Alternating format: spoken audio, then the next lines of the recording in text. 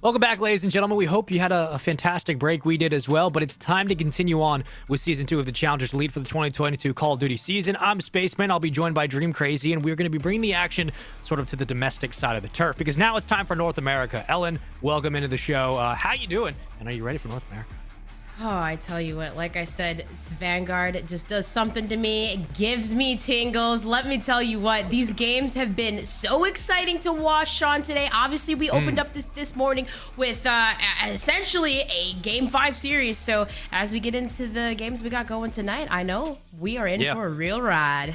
We went from, a 5-game series to a 3-0. Will that happen in North America? Honestly, who knows, because this region is just as crazy. But now that we have your attention, hopefully you're enjoying the show, let's talk about the teams currently in this side, because there have been some changes. There's been some roster moves. Naturally, from stage to stage, you're going to get that. But also, more importantly, there is a lot of standouts in North America this year. It feels like last year was very chaotic. Like, we had 3 or 4 different changes almost every single event. This time, though, we kind of even things out, right? Like, we've kept consistency true and true. Texas Nation, your number 1 team coming into Season 2. Of course, your reigning champions. And, well, if Optic ever gets involved in Challengers, that's probably the team they're going to be picking up, Ellen.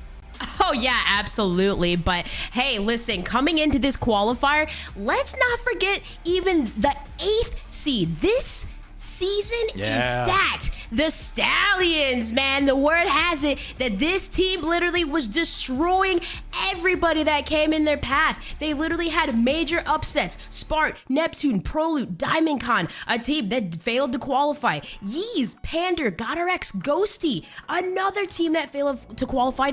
And then that Team War team, Paul X, Zaptius, Hamza, Venom, they also didn't qualify. So everyone's like, who the hell are the Stallions? Because they're coming in, riding through, plowing through everybody, Sean.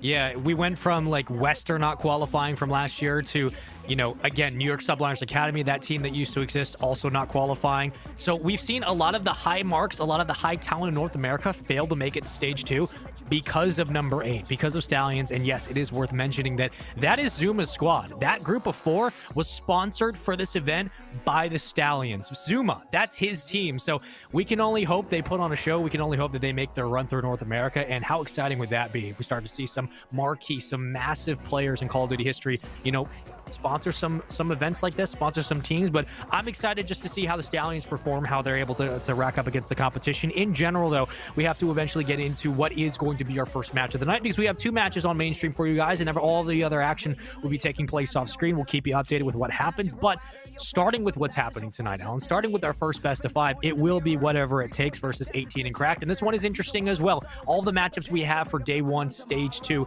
of this first season, it's really going to be about how quickly can you find your footing and make those small corrections from from season 1 that we had a couple of weeks ago. But talk to me a little bit, Ellen, about Whatever It Takes, because this is one of those top 4 teams in North America coming from stage 1. A lot of people are expecting good things from. Well, yeah, obviously, Whatever It Takes consists of Brack, Pentagram now that's trade out from Ghosty, who takes his place. So very scary team. We got Proto and Zinx, currently the 4th seed. And now, Pentagram is picked up for this squad. We know that he was the sub for the LA Thieves roster, and man, with his presence on the map, like literally, they're going to be able to focus on those rotations a lot easier because he adds that pressure. He is a sub to be reckoned with. I've watched this guy for years. I swear to you, even he's been dominating every game he touches. Even Halo, he went over and I think like placed top 24 over there. Yep. Like, the guy is a monster. So just with the addition to him added to this squad, like, they're going to be easily maybe even top 2. Like, I'm going to go there because they're a force to be reckoned with for sure.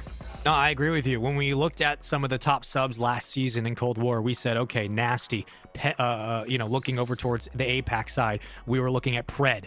When we look at North America, Pentagram was like the number 1. Like, outside of a couple other names, Pentagram was consistently taking over series, taking over games, and keeping Built by Gamers involved in many series they had no business being in. Pentagram was one of the biggest free agent pickups. We had been screaming for him to get on a roster, same with Tom Gravity. And luckily, the LA Thieves said, you know what? We see Pentagram. We like what he's doing. We'll pick him up as a sub. Pentagram being on this roster in place of Ghosty. Again, no shade to Ghosty at all, but Pentagram is an upgrade, and him being on this roster surrounded by Brack and Proto and Zinx as a mobile AR, that 1-2 punch, This is a scary damn team. And speaking of scary squads, the other team on the other side is no shade either. Let's jump on over and take a look at 18 and Cracked, because this is a stacked roster, a four-man group that has yet to make a change, and they're looking to propel themselves to potentially first place this season because they finished second in their normal standings last season. Yeah, for sure. Assault, Classic, Exceed, and Shawnee. I mean, what's more to say? These are players that have been around for a really long time. They have been dominating the seed. They're the number 2 seed. And Classic instantly makes them immediate contenders because what he brings to the table. And they're like a fantastic respawn. Just need to win those S&Ds and keep it simple. But overall, a powerhouse. The last time that essentially these two squads went head-to-head, okay, they played in that losers round 1, stage 1 during those finals. So it was whatever it takes that took it, not 18 and Cracked. They took it 3-1. So I don't know, as we go into this, it's going to be interesting to see just with that addition to Pentagram of, I mean, how much easier could potentially be. I don't know. These squads obviously had some time to go through some material, go through some VOD and work on improvements, but we'll see what changes are made and what maps that we cook up here in the series, and see what deciding factor that'll take us and lead us into. But yeah, it's going to be exciting because you look at the Nikki D being the phase killer. Obviously, when he's on the roster, anything is possible, sure. But really, the keys to factor for 18 and Cracked, Exceed has to step up, play well. And across the board, that team has what it takes. They came second in Season 1. But here's your series layout, Ellen. Berlin, Tuscan, Gavutu, and then if needed, Gavutu again, followed by a Desert Siege Game 5 S&D. In general, though, anything standing out to you specifically when it comes to matchups? I look at Berlin and I look at Tuscan for sub pressure, and I just think of what Pentagram could potentially do. Yeah, oh, for sure. That is exactly what I'm going to be looking for. But, I mean, in terms of this goes, you got that Gavutu, that control, that could be the potential swing map, of course. The AR dominance is going to really, really be important, and that's something that Zinx has, I feel like, always brought to the table. He's going to be a player that I'm really, really going to be looking out for as far as holding those crosses, holding those sight lines. He's always been able to do it well, and getting those rotational kills. He's really, really been that player to secure that, and I'm really going to be looking out for that. And of course, Pentagram. Like, what's easy to say? Yeah, I mean, nothing more to say. If you get to that control, obviously Zinx is going to be a factor. He boasts one of the more impressive ARs and, more importantly, shots and KDs as a whole. As a package, Zinx has always been one of those mobile players, 1.24 in control, so that's something to keep in the back of your heads. But we're going to start this series, of course, on Hardpoint. We're going to start it Game 1 on Berlin. Looking at Pentagram, how immediate will his impact be? How quickly will he get himself on the board? For 18 and Cracked, unfortunately, it comes down to slaying for me. You're going to have to be able to match that department through in, through out. Every single hardpoint's going to be so contested. Let's get right into game number 1. And for 18 and Cracked, essentially, they do have preferred spawns. So, although this is essentially the first hill, Assault securing it down with that 3. It's a very not bad to boot here, but you gotta be thinking about that P2 rotation, and it's already whatever it takes that essentially you're set up. So it's really gonna be a lot on Assault here to secure these kills onto that riverside street side, and huge gunfight coming in from Brack, and that is secured easy. Now all of that really is necessary is to push up, and this is gonna be really key gunfights coming in between number 2 and number 3. Assault, see if you can secure it in.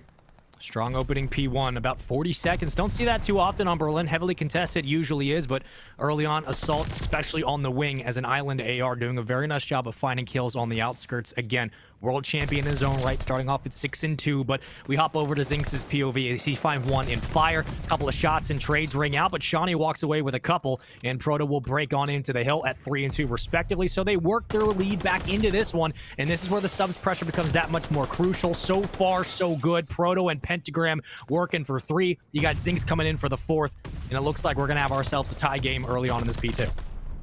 Yeah, and such a heads-up play, too, from Brack to get that early rotation and secure a kill onto Shawnee here. And it's really going to be about just holding the back line. But as I say that, it is lost by whatever it takes. And, I mean, the trades, again, do come through and still manage to secure it and hold it. So that's actually good Good for them. Now you see Proto, he's going to really do a good job of zoning out fire, and that's really the key here, is push the enemy team as far back as possible, and 18 and Crack are just going to have to slowly work a pinch and collapse on them through. And Brack's job was to stay out of the play and make sure we secure spawns. So when we do eventually move to lobby, you have multiple chances here for whatever it takes to potentially go for a break. And the spawns are there yet again. Pentagram now flying up into the play. But so far, so good. Pinstripes in the kill feed. Couple of trades here and there, but nothing too dangerous. Looking for that break for 18 and Cracked. They've yet to step foot inside the hard point. Finally, we get one, but no, quickly taken down. And yet again, whatever it takes walks away for the moment with the victorious hold, defending the hill as quickly as it starts. And already they got themselves 40 seconds and counting. Now we go to the rotation. We go to train yard. Who's going to be there first? It will be 18 and Cracked. Ellen, they need a full 60 on this one. They do, and I feel like that was kind of a bad play from Pentagram. He should have valued his life a little bit more, because he was the only one on rotation there for whatever it takes. And I mean, if he stayed alive there, it could have easily put it in a good situation. But Proto, the use of streaks could easily open up a play here, as not able to connect. Very small from Assault to stay alive.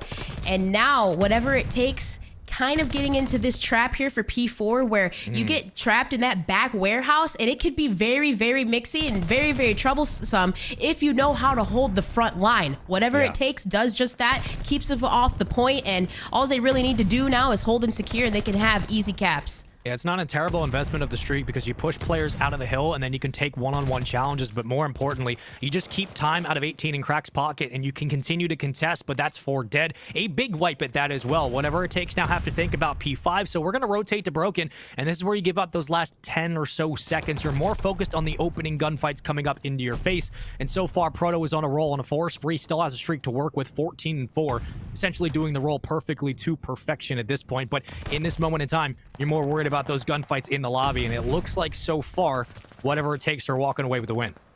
Huge kill there, by the way, though, by Exceed to secure this point. Now, this is potential to come back a little bit on this hill. This can get a little bit mixy, kind of similar to a P1 hill, but ultimately you want to keep them off and control the stairs here. And as you see, Pentagram trying to do just that. Exceed able to win a huge gunfight. Now, again, no teams are getting time on this hill, but the point is to keep them off. And as you see, Brack switching over to that AR automaton in hand, kind of thinking about that P1. Ultimately, at the end of the day, whatever it takes is set up, and a lot is going to weigh on to Shawnee here, taking down Brack. He's going to have to worry about this engagement with Pentagram, but Pentagram aware of that kill essentially takes him down. So this is going to be really good for whatever it takes, as they not only are able to get a little bit of scrap time here, but you got Brack early on that rotation yet again set up for P1.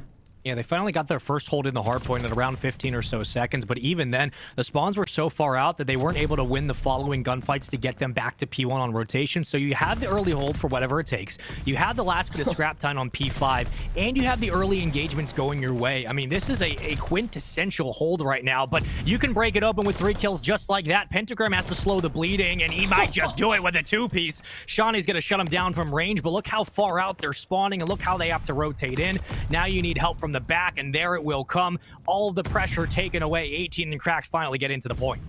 Oh, man. And I mean, you look at Proto, too. His slaying 17 and 8 right now, by the way. A minute in hill. Like, he's doing such a good job at securing these lanes, doing exactly what he needs to do, even just holding time around the hill. But 18 and Crack still in this game just yet. You got Assault early on this rotation. Very important. As you see, he can play a pinch on number 2, number 3, who are already sitting into the hill. It's going to be Proto and Pentagram. A lot of pressure on them to stay alive on the point. And Proto, again, that MP40 in hand, flexing his way around. Brack as well. Not able to take out Shawnee, but still, whatever it takes, doing a fantastic job at getting these rotation kills. And as I say, that 18 and Crack just is like that, flip the script.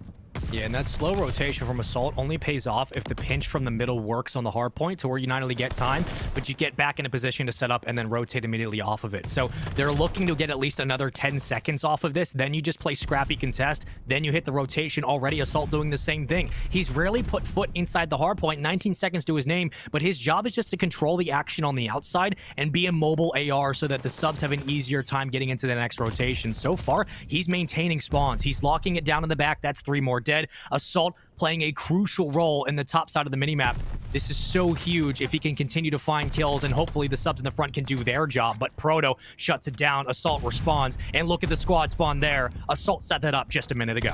Now, whatever it takes knows exactly where they're spawning in the back. Zinx tries to push out, but still, 18 and Cracked, aware of where the spawns are happening. Whatever it takes, just trapping him in the back. That's all they essentially need to do. Zinx got the spawn into that P1, but if you take a look at Classic, oh no, Classic spawned for a pinch, but whatever it takes, immediately wipes out everybody and aware of where they're spawning, turn around, and zone out. So now 30 seconds left remain on this point, and they're going to be thinking about those rotations, so they're going to have to push out. You see Brack doing just that in Fire, but still, 18 and Crack don't want this lead to go away from them. They're going to still keep playing for the contest and fighting for the scrap time.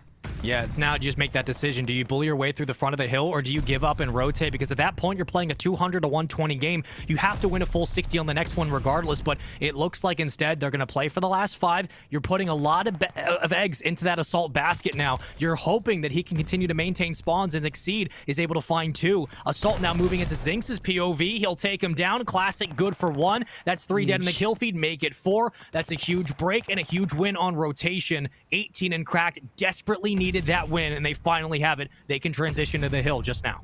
Yeah, and beautiful plays from Assault, might I say, getting that kill in the back and then zoning forward, and now Proto gonna try to make a stop. That is 3 down now for 18 and Crack. Make it 4 easy wipes, easy reads. Whatever it takes is doing whatever they need to slay out. My goodness, Zinx popping off. We talked about him and his AR abilities and his slaying power, and my goodness, they are just running away from this right now. This can get very, very deadly for for 18 and Crack if they do not push out and zone out at least some of this scrap time, and Assault does just that. 2 kills, and now they have to think. Classic, you see him posted up into this hallway, and now he's got a lot of pressure on his whatever it takes. They have 3 members already set up and essentially pushing the stairs here. Yeah, I will say these triple kills certainly help for 18 and Cracked, especially on the outside, but the problem is that they're getting broken so easily once they set up inside the hard point. They just don't have a clean hold, and you're playing scrap time, you're going to lose this game. Well, now you got 40 or so seconds to fight over on P5. We will move to our 3rd set of rotations on hills, and you're looking for Shawnee to continue to hold his lines, but here comes Brack from the back. A big win, and now you can start to pinch the hard point, play 2 versus 1 at a time. Assault at 26 and 19. He's now finding himself inside the hill. What can he find in front? Well, it looks like we have gunfights on the outsides, and no one's really been able to get up to contest. So while all of this is happening, there hasn't been a lot of pressure from whatever it takes, and that's led to this swing in points. 18 and Cracked are right back in this game. Oh my goodness, yes they are. And Classic just went huge on the rotational kills, but now a lot of pressure onto Shawnee, of course, and ultimately, yeah, Classic kind of opened this up for 18 and Crack as he got those rotational kills, and you see he has that MP40 in hand, and ultimately they're doing such a good job. They have the favored spawn as well, so this could be very, very good. Proto, let's see what he could do, and it's really going to be the ultimate battle. Sean from the front and from the back. Realistically, the advantage here is that whatever it takes 18 and Crack do have the spawns. Yeah, neither team can win it here, so we're guaranteed another hard point, which is probably a sigh of relief for both teams, but you desperately want to put this one away as much as possible. And it's stayed these wall-to-wall gunfights, just bullying your way through the front and trying to get your subs into position to at least find 2 kills at a time. Big win by Pentagram, at least getting himself in position to work towards streaks if he can get towards the hard point and play through the back. It's Brack who finds another, and now trying to escape through the window. He will do so, but 2 more in front. Classic needs to stay alive. He won't. He gets cut at docks. Exceed is able to escape, but he's like the only one. 18 and Cracked are relying on Exceed to stay alive and get spawns, but they also have to worry about the hard point. It's only about 14 seconds till this game is done. That's right, indeed, and every kill matters here for 18 and Cracked, as they're going to have to flood through the front, and this is really going to be about holding if you're whatever it takes, and Pentagram is doing just that, but still, that is 2 down from Assault. Classic does take down in contrast to that. Proto able to answer back, but still, the fight wages on now. 18 and Crack do hit that 200-point mark. This is getting scary because that's really all they need to do here, Sean, is just hold it. If they were able to hold this street side as well, they can have that rotation to P3. But the question is, can they hold? Well, you give this up. If you're whatever it takes, you give this up and you go to P3. It's time.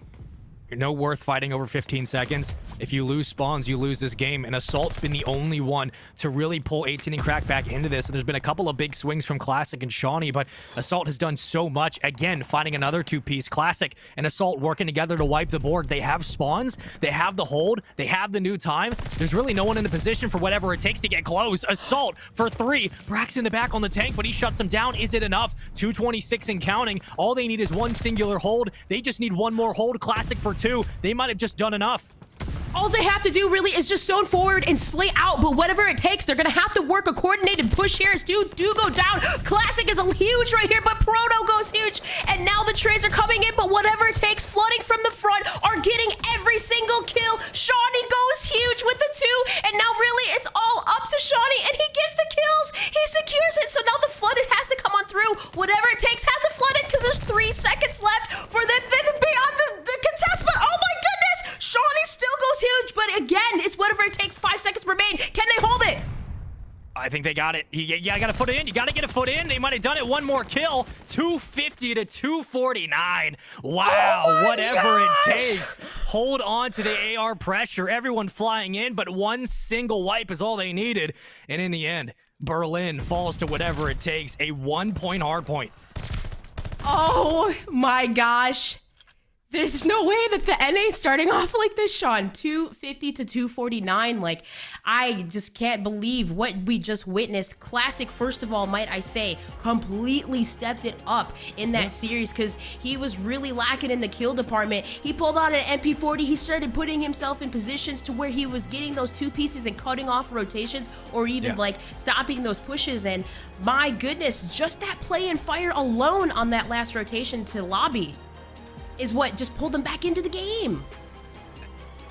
All of that was set up. If Assault doesn't have the game he has, if Assault doesn't do all of the dirty work as an OBJ on the outside, if he doesn't constantly put his team in a position to hold spawns, to find those wipes, and then also pick up 3 pieces left and right, this is a 250 to like maybe 130 game. Like Assault did so much. And as we take a look at the replays, like this entire last push was held. Look at where the spawns are for 18 and Cracked. Not only do they have members up, but watch where they spawn. It's all the way in the back, but they can just quickly funnel back into the hard point and they just need to play the trades. Unfortunately for them, they didn't account for the gunnies of whatever it takes as they broke in and they kept putting body after body after body in the hard point.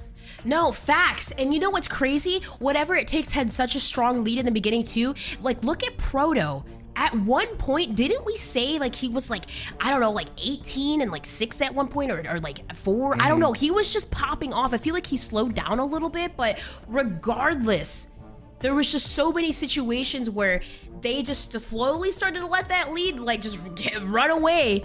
And then it was 18 and Cracked, just able to capitalize on their mistakes and just run away with it. And my goodness, 1 point away, Sean. Look at that. Assault, 41 and 29. Yeah. Crazy stuff, man. I mean, he's the MVP of the map, even though they lost by a singular point. 41 and 29, 28 untraded kills. And the dude was carrying his squad through some of those long rotations. He absolutely deserved that spot. And what he was able to do to get his team in a position to win, like, it's going to take heroic moments from an AR like that, like a world champion in his own right, for this team to be successful. But that's what it is, man. Like, one singular point was the difference maker, and in the end, that is the difference between a Game 1 win and an 0-1 series deficit. So we eventually move ourselves into a Game 2 S&D now, where this is anybody's series. That Game 1 should tell you this is anybody's series, but if Assault's playing like that today, I do not want to see that man in control. I don't want to see him in S&D. I don't want to see him in a Game 5. I just want the series to be over. Like, he's playing nuts. You know, these two teams are so evenly contested, though. Like, you gotta say, they even last stage, they've been going head to head, and they've been so intense. And man, last time around we said 3-1 lead, but 3-1 it was to whatever it takes. But my goodness, look how close it was. And yeah, as we take a look at the Tuscan Search and Destroy, I'm really gonna be curious to see those some of those mid lane fights, some of those outer fights, maybe some snipes. But Assault, man, we can't contest it. This guy has literally been playing consistently throughout the whole stage. He did last time around, I believe, like, what was it, like a 1.17, I believe, something like that. He has been playing out of his mind this year. I'm scared. I'm kind of scared to just what his final form is, because we're just starting. Like, we're not even mid-season yet. This is just the beginning.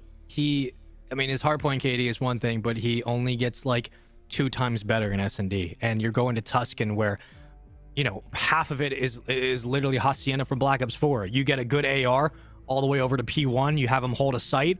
You get first bloods, a couple of rounds, you're good. Assault should be a threat to everybody in North America this season. I'm sure he will be.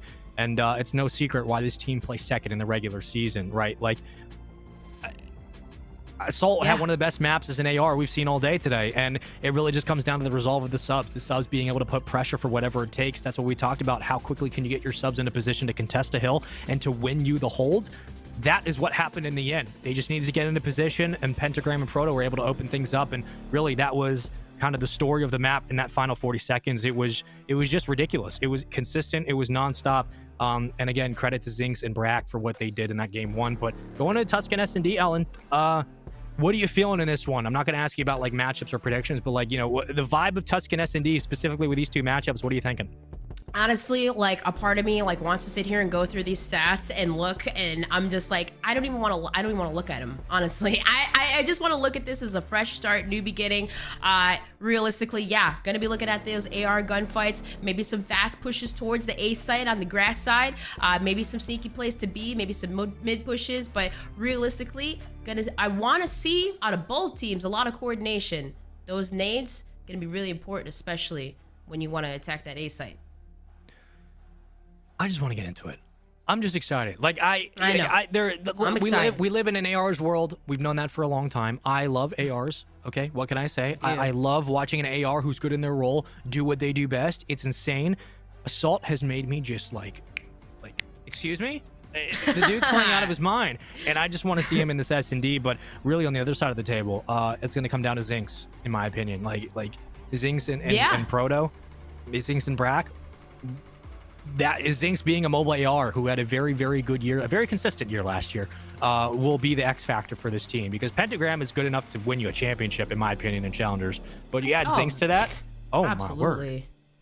Absolutely. And, you know, when it comes to like first bloods and stuff, I'm really looking at, in terms of search and destroy, kind of that falling on to Exceed and Shawnee as like their first blood percentages is 48.5, 48.4. So out of the team, those are the 2 highest too.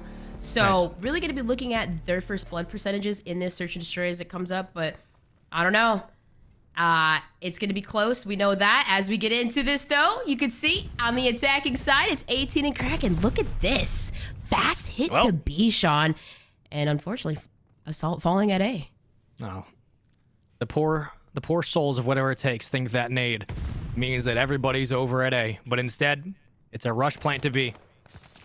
Perfect counter strat, and Exceed getting very dirty, but he's able to find at least one before he drops, so a 3-on-2.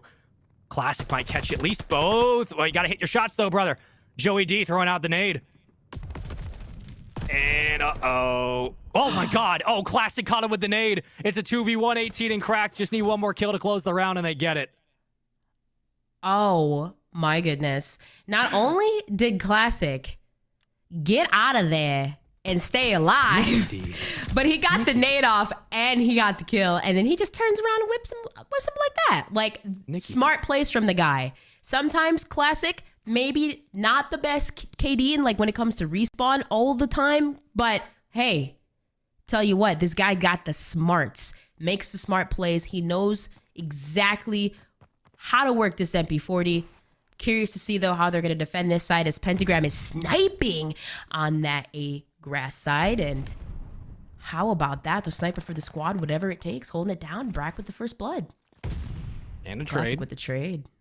I got Mr. Joey Merck on the mind. It's Nicky D, Mr. Classic. Nicky D. Nicely done with the nade in round 1, by the way. Shawnee able to find Zinx on the challenge. Things quickly slow down, and you see everyone come to a halt for whatever it takes as Proto and Pentagram last alive. Sniper in the hands of Pentagram, the newest addition to this team. Might get caught in a moment. Shawnee. Oh, Pentagram gets him with the pistol. Sit down, brother. 18 seconds to go. Oh, they're going to run into each other. Oh my God, it's so perfect. Exceed gets it, and he'll hop on the defuse. Nicely played. Oh my goodness. I was going to say it. I would have been a little bit upset if you were 18 and cracked and you lost that, just because I feel like they had such a beautiful like collapse, like retake for that point. But Pentagram though, obviously whipping it on him. I mean, that was a gunfight that was obviously like, whoa, should he have won that? Crazy. But he's a monster, man. I just didn't know if he was going to get caught with the snipe out. Yeah, exactly. That, oh God, he's going to YY into a death. Right. And I realized that too. You said Joey D. Nicky D. I got Mark on I the love line. it. What can I say? It's okay. But Exceed going huge though for the squad, obviously. Pentagram still sniping on that side. It's going to be an aggressive push towards that A, and a Classic able to get it down. Looking pretty good for 18 and crack now as they do get the plant, and now this is a 3 versus 4 or whatever it takes. Well, Pentagram almost opened up the site. Uh-oh. Well, he gets one. We'll give him credit for the headshot, but unfortunately, still a man advantage to 18 and cracked, and another round back to back to back. They played a 2-on-1. Proto wins the first. Ooh. Automaton in hand. 20 seconds to go. He's got to stick the defuse, but he doesn't have a lot of time. He's getting chased from behind. Oh, Proto guessed correctly. Proto might somehow hear me. It's Shawnee's waiting. Shawnee beams him on the site. 18 and cracked. 3 rounds in a row. Yeah, that was beautiful played too. Of course, Shawnee right there at the end playing his life. Doesn't need to peek. I mean, essentially, if you got the bomb down, you don't need to peek. You just need to play the time. And ultimately, at the end, working in their favor, now leading up in the series 3-0, 18 and crack. Running away. Cracked. Crack. Oh my goodness. There's an ED at the end of that. No, it's going to be interesting to see on the defensive side. I know. I've got tongue twisters all night tonight, Sean. This game is just too exciting. Classic again, opening it up with the first blood here. Bomb is down.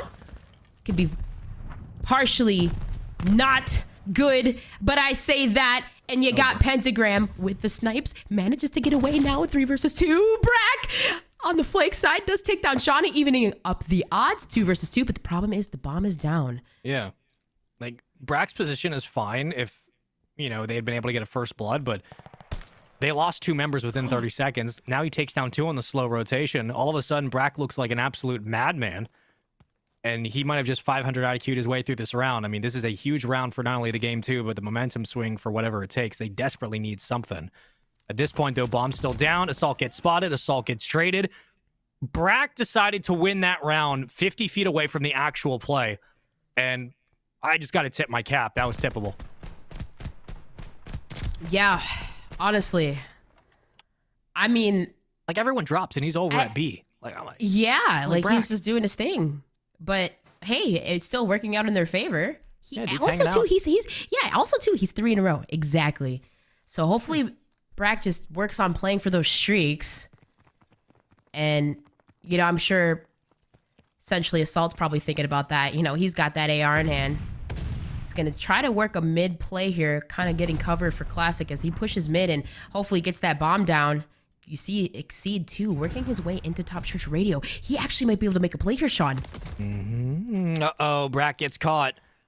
This Proto might try to avenge his fallen teammate, but does he get there in time? That's the biggest question. A couple of nades fly out, but Proto he wins the gunfight and escapes with his life. That's huge, because now he can't help on the pinch. Shawnee has to be very careful with this opening peek. If he spots one, how much discipline does he have? But in the back, it's Assault. Takes down Proto. That entry's gone. Now it's just down to a foot race. Who gets where? Oh, Shawnee, bad timing. Absolutely. Shawnee needed to stay alive there because now it's going to put Assault in a very difficult position. But Assault doesn't get one. And now can he get the trade out to Zinx? He knows exactly where he is. And that is not enough, though. Even though Zinx got the kill, it was alive long enough to stay and get that bomb blown up. So now 18 and cracked. I can't. Why, Sean? Why? Why what? Why is this team name Don't you like 18 the name? and I like cracked? The name. They're not. You know what? It's okay, though. Because they're all over like 25. Exactly. Me too. It's just like, you know what? I am 18 and cracked. I can't say it. But either which way, staying alive long enough, Shawnee does just that.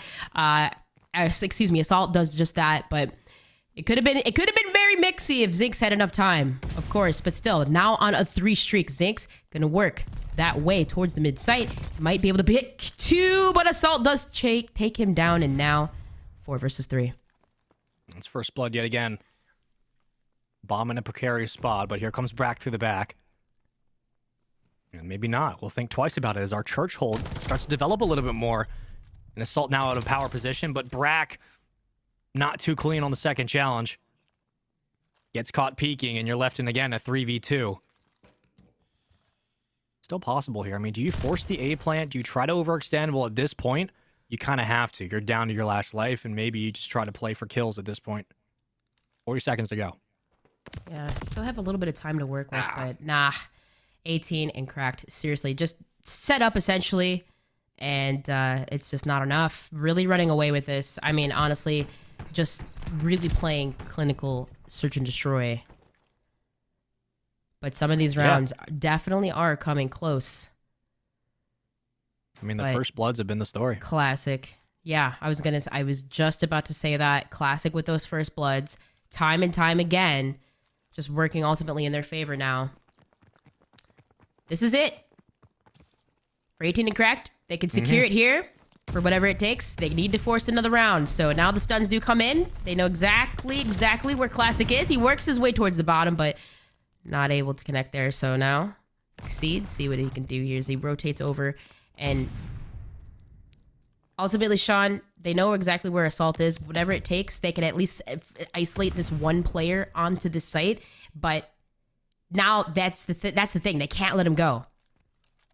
See Proto trying to just pin him down. Yeah, you're going to have to make a move here, Proto. Oh, shaky shots, though. He will escape. How quickly can player number 5 get behind Brack? He's got to make a play. He does. Brack can't find the second. A 1v1. Proto versus Assault. Proto finds him and guns him. They stay alive. Whatever it takes. Get around on the board. Such smart plays, too, there. The use and the utility of just isolating Assault on that grass side and forcing a 1v2, like a 1v2. Very smart. And at the end of the day, they can just kind of they have to keep carrying that momentum. I feel like if they win this round right here, that's going to be scary. Because it's always like that swing round. Like you just got to take it round by round. Still a long way to go to win, but can they do it? Proto might open things up here. And ultimately, the rush to A is going to come through as Zinx opens up with the first blood. But of course, Classic with that trade. They know exactly where all members are on that A site. So it's like, do you force a plant or do you push through? I think they might wait for the plant. They keep getting caught when they stack. And I mean, look how quickly they're falling. The rounds that whatever it takes have won, they've won when they've been able to spread out. Pentagram, oh my God. A 1v3. Pentagram, one more still in the church, but he jumps down. Did they hear that door open? Pentagram might put him on skates. It's just one outside on the corner. Bomb is down, 48 seconds to go. And realistically, like, he has plenty of time to work with. Like, ultimately, if Shawnee knows Bomb is down, yes, he could just essentially just linger around and play, but I'm not sure. I'm pretty sure they know the call is there.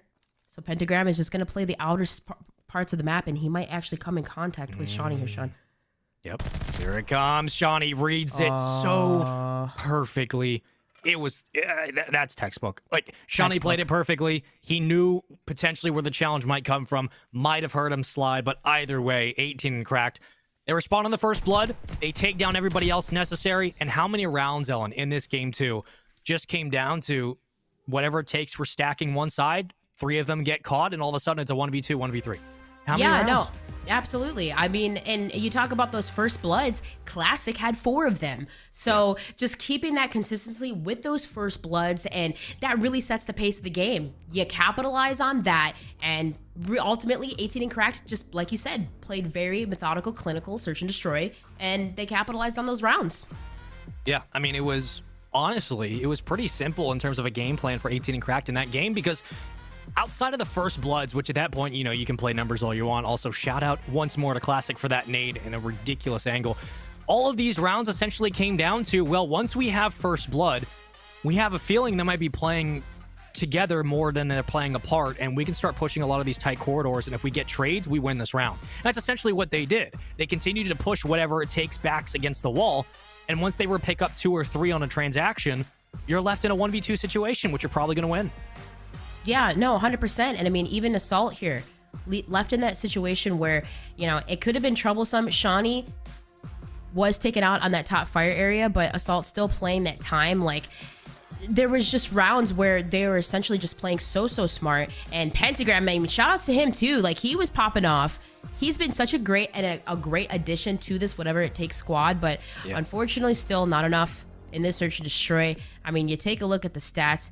Look at those first bloods. 3 for Shawnee, 4 for Classic.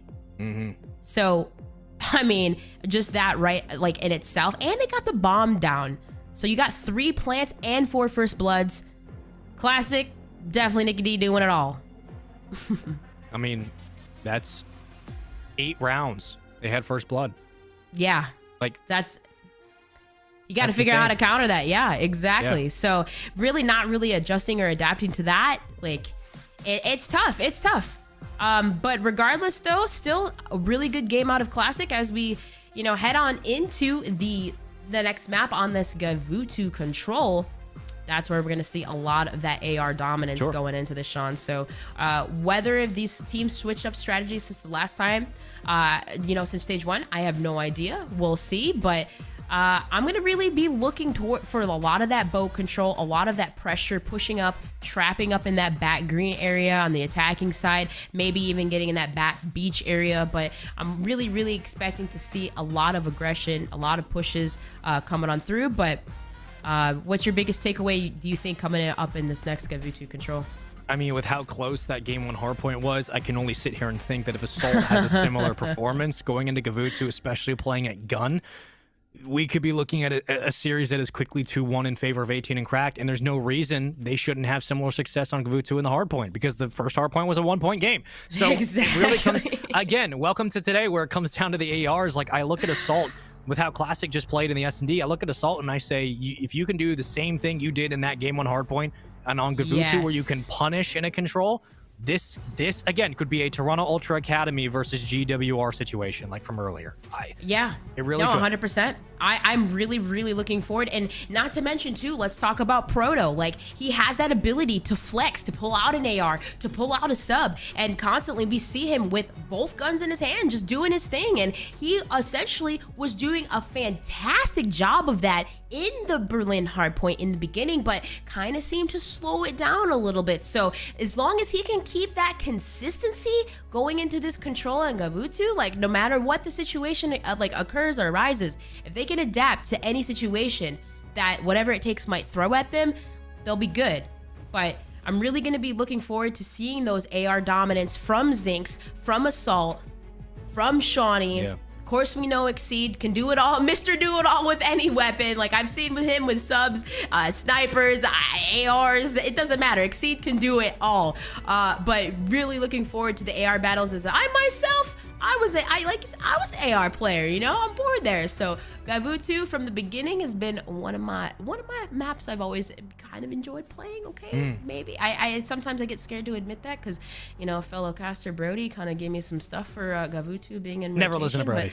Yep, I told him it would be in, baby. And listen, Gavutu control is such a real treat to watch. And hey, listen, I have to flex this because I was at the major this weekend. It was fun watching Optic play on that map. Let me tell you, 4 ARs, I don't know what we're in for. Could be 4, could be 3. Listen, it does. I hope these teams mix up some strategies, you know. I've seen Pentagram run an automaton. I'm just saying. I don't hate it. We saw a lot of sub players this weekend pull out an automaton on Gavutu control. We did. I'm not saying it happened for a reason, but it probably happened for a reason, okay? Like, I believe in the ARs, and I believe in Assault, and because of that, going into this, Zinx, again, is going to, and Protoss as well, is going to have a very good control because, well, the series kind of depends on it, unfortunately. We move into our Game 3. We move into Gavutu, and this one could be the deciding factor of how this series goes with how Assault has looked in the respawn so far, with how clinical 18 and Crack just look in the S&D. The last thing you want, if you're whatever it takes, is to give them more fuel on that fire and let them go up 2-1 in the series. Oh, yeah, absolutely. And you look at control, too, overall in the KD department, it's Assault, it's Shawnee, 1.08, 1.09. So, like, absolutely, the Slayers for this squad, like, in control, we're gonna be expecting to see them pop off for sure. And, oh, man, on the opposition, though, Zinx, 1.97, Sean, last season. Zinx is yeah. So we're gonna be expecting to see him pop off. I mean, jumping right into this. Look at that. I'm not sure if this is an interesting play for 18 and Crack, going for that B push right away. Sometimes this could be troublesome, as you know, B is the harder site to capture. A usually is a site that is secured essentially quick and easy to secure that extra time, but with a minute and 4 left, the clock is stopped, and 18 and Crack do get a tick of progress. They do, and they're working on the second. Let's have some fun over at B, and hopefully the kill feed is all red for the moment. Maybe it continues, so that's a pretty good sign. And we keep going. Shawnee inside the point. We got Classic pushed up all the way into spawn. Can they find anything? Well, Classic, you got to finish your gunfight, brother. Proto will take him down, but not before he trades one of his own. Pentagram finds a team nade, and with that, we wrap up B. We put another minute on the clock, and well, we have a life disparity in favor of 18 and Cracked. That was beautiful from them too, because I mean, we know B is essentially a harder point to play, and realistically doing a good job of pushing and slaying up. I mean, you see Assault doing just that, secure this back green area and essentially maybe get them trapped in that back beach area. So essentially whatever it takes, what they need to do is exactly what they need to do. Push out and try to get 18 and Cracked to push back as far as possible. But it's pretty hard, again, when you got the Slay heavy Assault, not even dying as I say that, he does go, but still, this is going to be very hard. They're going to have to somehow push back 18 and Cracked into that back cliff area and push out the back cliff, essentially, and trap him. Yeah, Proto on the stairs. Here comes Classic. Proto wins the initial. That's 3 more dead. Nicely done by whatever it takes. Right on the outside, Zinx doing his best to find Assault. Assault looking towards the gun and has to be careful. We'll play his life instead. I like that decision. And try to work back into the point, but maybe that nade, cook it long enough. He might walk away with a win. I don't think he will for the moment. About a minute to go before we make that decision towards the back of the boat, but they have to put numbers inside. You got 15-9. Right now, it's 18 and Cracked on the offense, but they just have not been able to get towards the point. Finally, a break goes their way. 3 up on the point. Exceed makes it 4. That should be at least the second tick. Yeah, and that's tough too, because if you're Zinx, man, he was getting set up that P1, and that was a huge gunfight he needed to win, but he does lose it, and now Classic does get the second tick of progress, and now this is 12-5, really hard if whatever it takes. You can't die, you have to slay everybody out, but unfortunately, Sean, I don't know if it's going to be enough, as it looks like all members of 18 and Cracked do slay out, get the kills, do get the capture, and in a very convincingly fashion, take that first side of control on attack. Assault is 9-3. Just quickly. Yeah. He's 9-3. And you know what's crazy? They went for B first. Like, they didn't even capture the A site first, which usually most teams do. They push to that LST ship, they get control of the ship, and they somehow work a way to where they could trap them back green. But nah, they decided to go B first. But you see, whatever it takes, Sean, 2-2 split, kind of getting P1 control falling. Whatever it takes is working towards A. Assault is snapping, and Exceed is responding to his teammate popping off. It's Brack who finally shuts down Classic, but caught in transition. Shawnee will fall.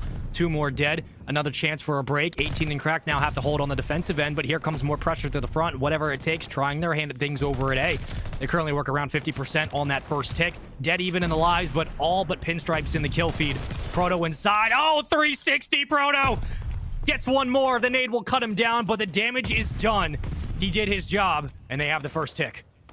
Oh my gosh, and realistically, that is the name of the game, is just kind of secure this time, because you see all efforts are focused onto the A site, but 18 and Cracked are doing a great job at pushing forward, zoning out. You see number 4 in your minimap, Shawnee, pushed up that beach side, kind of securing the mid-map, and you see Assault just on the point, really realistically just locking it in, kind of just draining that progression of ticks, but Shawnee's kind of huge right now. If he could just manage to stay alive, as I say that, whatever it takes, do whatever they do, and they push right on in and get the kills. And now it's realistically going to be attacks from the front, and maybe take a look at number 6 Proto. Could be huge, but Shawnee able to spot him, takes him down. How long can Zing stay alive at the top of the boat?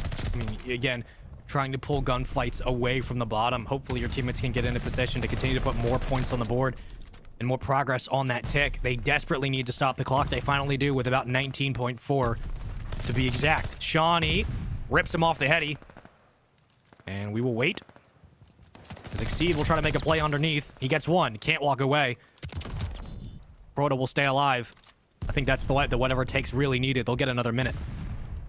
Yeah, indeed. And you see they just focused all efforts on A, got that tick, and Brack going to be really, really huge here. Is he just holding this line of sight? Assault, kind of aware of Classic going to be able to work a pinch, but realistically, you see Classic just zoning forward. So important to essentially trap in the back here. 59 seconds remain, and Classic, ultimately, he's smart. He's roaming. He's doing exactly what he needs to do.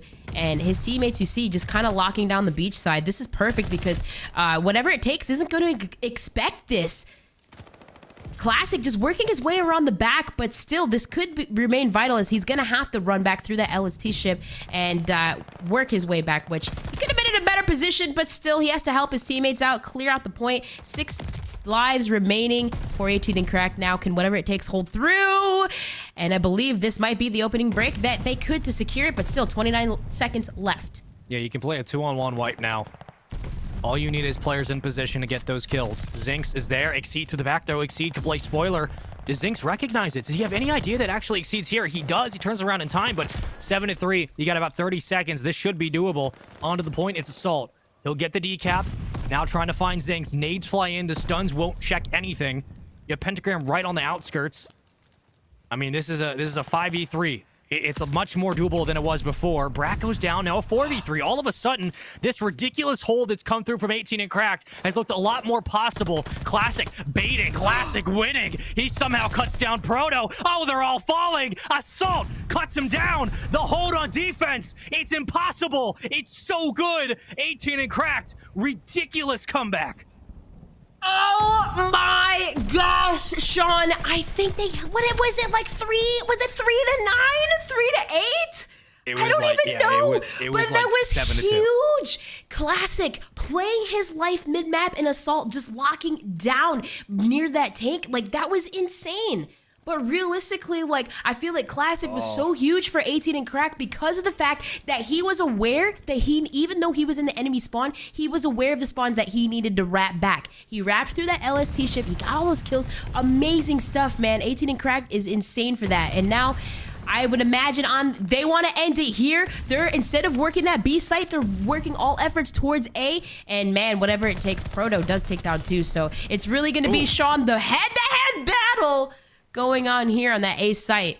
They gotta focus all efforts on this because I feel like they've wasted so much time already in the beginning, and maybe they can work a way through the middle. Maybe make it do a 2-2 split here. That's a back-breaking round. Now you go into round number 3 where you desperately need to find something. Like, if you lose this, you're down 2-1 in the series, and the fashion in which it has happened has certainly not been ideal. Pentagram able to start things. Finally, whatever it takes, get some kills on the board. But how do you begin to set up to hold this A point? What do you commit towards it? Brack with 2, that might help. And I feel like Assault here too, like if he can manage to get a pick, and I mean Zinx obviously, like look at where he's set up. He's gonna be troublesome, but huge kill from Assault, like I said, is if he can manage to maybe push up a little bit, if someone can manage to push up a little bit and get P1 control, that will be huge. And you see Classic doing just that. Now, the flood is gonna come on through, but aware that Classic actually, never mind, hold on. Assault takes down 2, so now this is perfect. Simultaneously, you see Classic getting ready and set up for the pinch to slay, but he gets taken out, Sean. This is going to be up to whatever it takes to push on through with 9 seconds left. I mean, it seems like they need these wipes every time. They need these wipes. What do you do in this situation? Yeah, well, realistically, it was really close that I was like, oh my gosh, hold on a second. But it was up to Classic. Realistically, he had a position where he could make a play because he was pushing through that beach side. But unfortunately, I think it was Shawnee that took him out. They were aware of that pinch, and that is exactly whatever it takes needed to get back into this. Just being aware of those certain pinches that 18 Cracked keeps setting up and shutting it down. So let's see if they can do it here, Sean, as we go into this. It's going to be on the attacking side, whatever it takes. See what they can do. Oh, what's scary is Assault has not slowed down from his 9-3 start. He's 21-12. He's had a hell of a time on the point.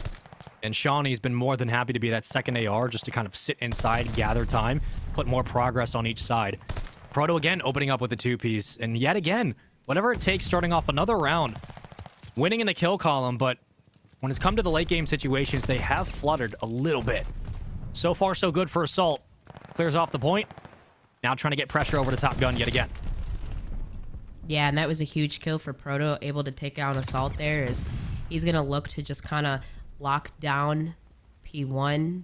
That anti-air gun, very important position on the map. And still, kind of the aggression comes in towards that A site. Seems to be favored and very good for 18 and Cracked. They clear it out.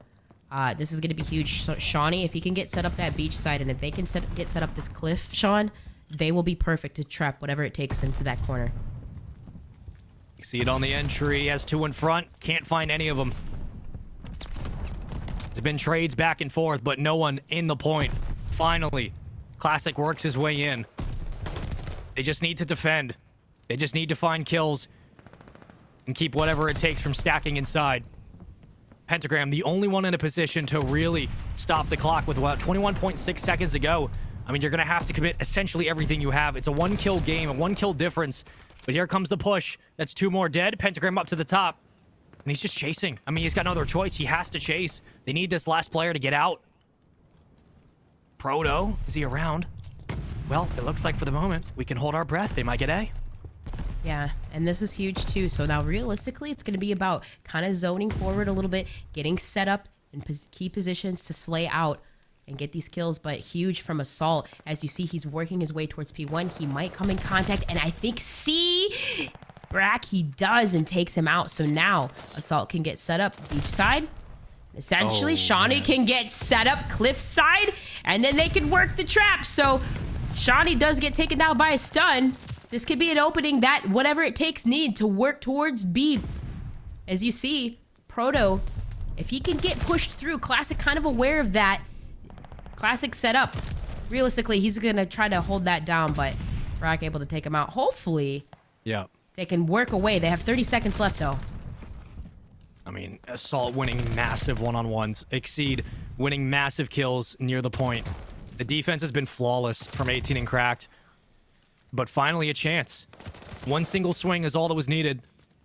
And Brack on the hunt through the back. He's got to win this. He does. They clear the point. Maybe. Classic still alive somehow. Teammates in support. Classic gets 2. Assault is there as well. As quickly as the opportunity opened up, it's done. That's it. The defense holds strong. They wipe off whatever it takes, and they get themselves a Gavutu control win. A 3-1 fashion. The defense was excellent, and they now lead the series 2-1. Oh, man. And I mean, like, you look at the plays from Shawnee right here. You look at the plays from Classic, just cutting down the lanes. How, again, this guy is just playing so smart. And despite even Exceed going negative, what was that, 19 to 20? It doesn't even matter. It's the kills that they're getting that are important. And it worked out for them in the end. Like, you see it all the time on the screen. They're not chasing kills. They're playing in positions to where they're cutting down the sight lines. They're cutting down the lanes. And even aware of where the enemies are pushing. Classic there to make the stop mid. Did it every time, recognizing, I think it was Proto trying to push through and get set up essentially for a trap in that back beach side, you know, again, of course, that back green. Classic recognized it. They stopped it every single time. And that one round. The ARs. That one round, Ellen. That one defensive round. I mean, they were down, what, like 9-2? 9-3? It was 3, 3-8, 3-9.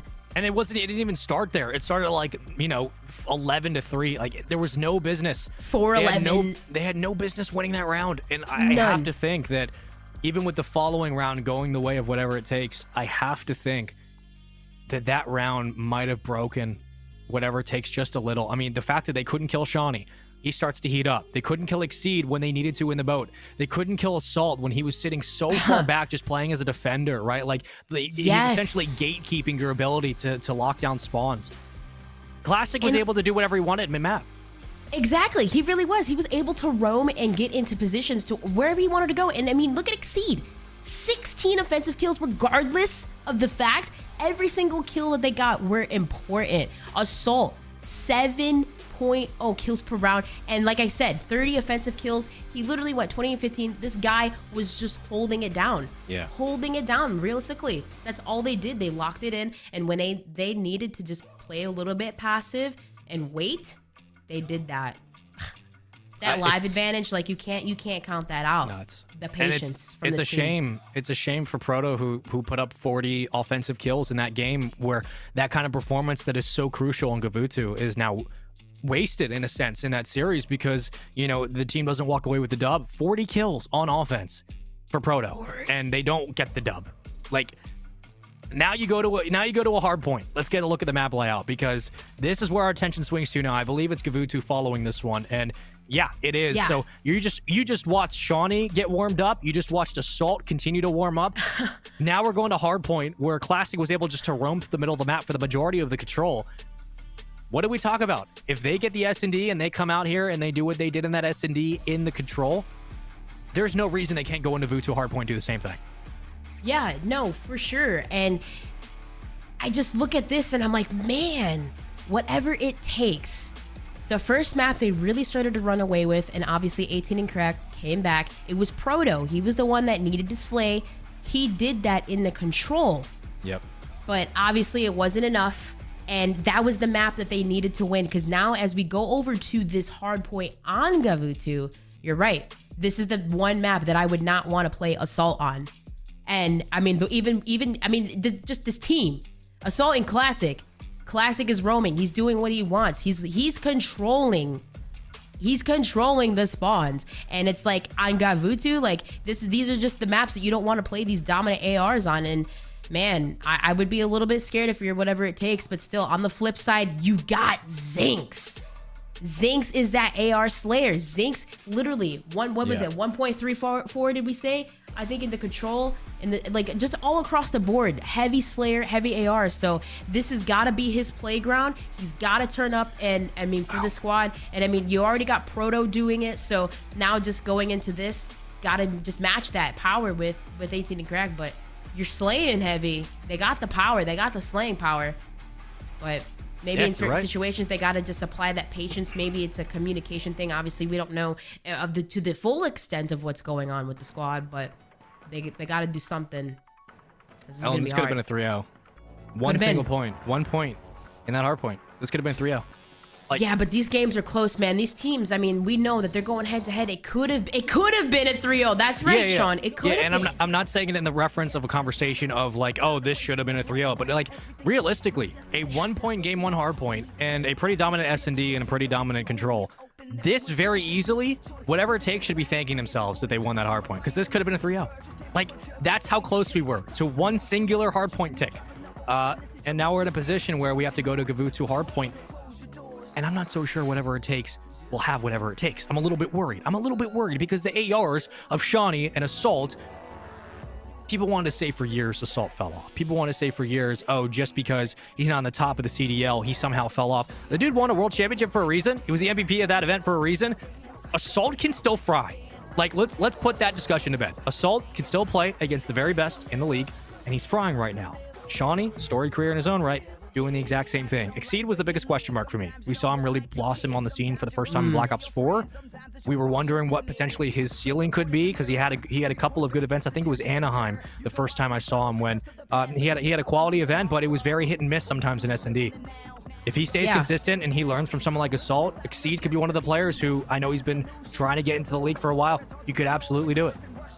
Yeah, no, for sure. And I agree with you. Such a strong squad. You're absolutely correct. But on the flip side, I mean, I'm telling you, whatever it takes, I believe that they do have whatever it takes. It's not like, again, it's not that the slaying essentially is a huge issue. It's just more so their coordination. This is a newer formed team. Essentially, they just picked up Pentagram, and they're still probably working out the kinks a little bit. But again, I know these are players that have been playing, essentially rotating out for a long time. At some point, maybe have played together, but this is essentially a little bit newer, so they're still working out the kinks. I'll use that in their favor, but whatever just happened the last 2 maps, they could still swing it over.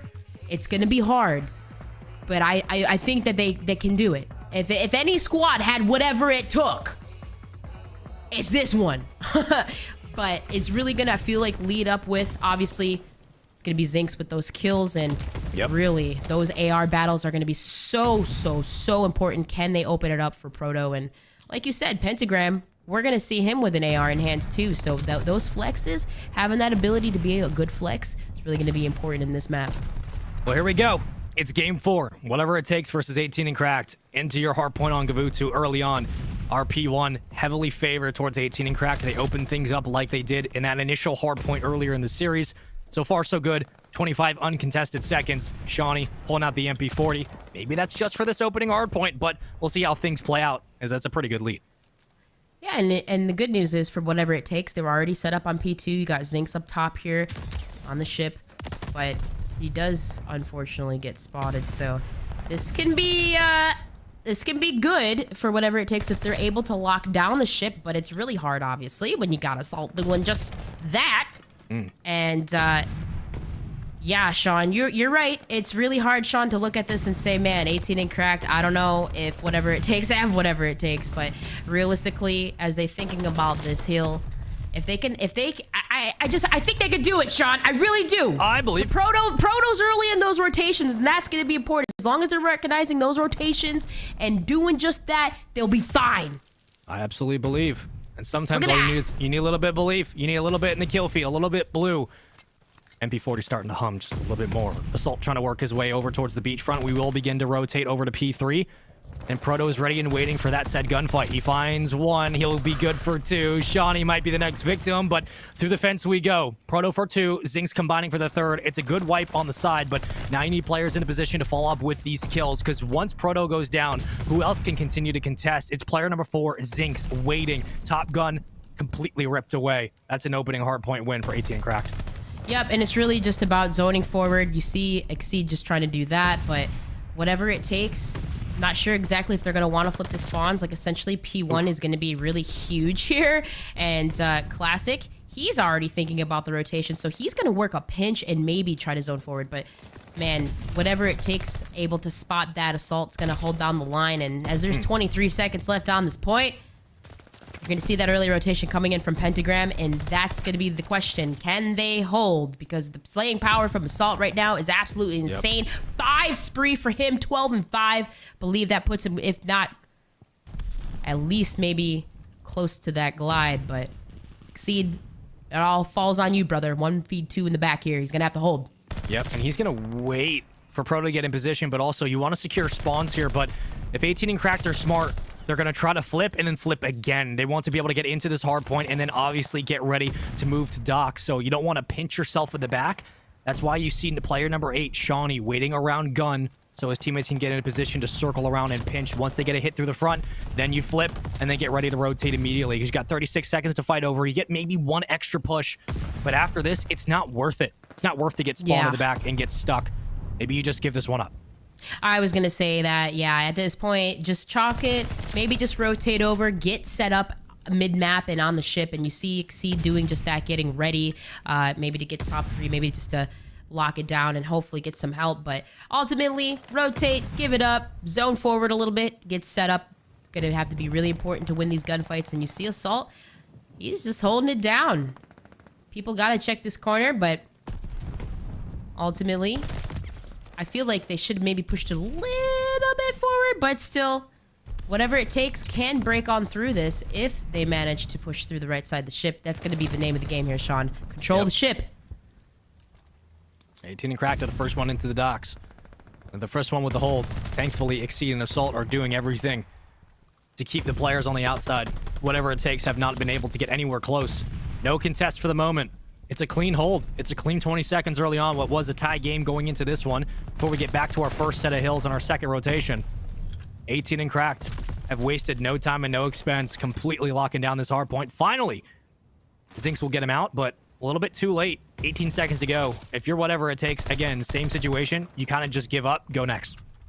Yeah, absolutely. And you see Pentagram already set up on that gun side, already at next at new, and Proto kind of zoning forward a little bit. So this is actually a good setup for whatever it takes if they can manage to hold, at least for the next two here, because you see Zinx already holding that LST ship. If they can hold, this would be perfect and maybe run away with the lead here. But of course, with the slaying power of 18 and Cracked, Classic struggling a little bit in that department here, but Assault, he's been doing such a fantastic job in this series. See if they can push on through. But as I say that, the kills, the trades do come in, but still it's whatever it takes, able to hold on. And 30 seconds left remain on this point. Still doing a good, fine job at just that. We might have a potential lead change here as Brack stepping it up in this series. 17 and 10, by the way, 3 streak. Can he hold on to that? Because we know on Gavutu, streaks are so important, and he's looking to do just that. 18 and 10, Zinx set up on the boat. This is good. Now they run away with the lead. Sean? They've had a clean hold on P1. Something they were unable to do in the first set of hills. But now a clean rotation is what's needed next. It's going to come down to Classic and the subs at the bottom of the ship. They're going to work their way up into the outskirts, and we'll see what happens now. Classic needs to play his life appropriately. Even if that baits out Zinx, you have teammates here for support. Zinx will cut him down as quickly as Classic gets aggressive, but that's 2 more that drop. 18 and Cracked. Everywhere they run, they're running right into the fire of whatever it takes. The shots continue to ring out, but nobody's been able to respond. That stun will slow down the push. And with all of that happening, this has been a great flip in the last 30 or so seconds. Whatever it takes, done a very nice job transitioning from Top Gun over to P2. They've gotten a clean hold, a clean break. They're getting kills on the outside as well. I mean, this is a recipe for success in this hardpoint. Yeah, for sure. And like I said, if they were able to get set up, Sean, and hold P1 and like I said, Zinx has been up there like the whole time. I think Brack at least earned the strafe run. Yes, he did before Classic took him out. So, I mean, this is huge. They were able to just hold P1 and P2, lock down the ship and lock down that beach side and run away with points. So now, as we transition into this, on the counteroffensive side, let's see if 18 and Cracked can do just that. Proto, he's going to have to work his way through the front. And as you see that, he's got 2 members of his teammates working through the back. But unfortunately, that slaying power from a Classic and Assault does come through, and 18 and Crack able to hold. Now, if they're able to zone out forward on this here, Sean, now we can have that just back-to-back lead changes for these 2 squads. Absolutely insane, but no one on the point right now as Exceed holds it on.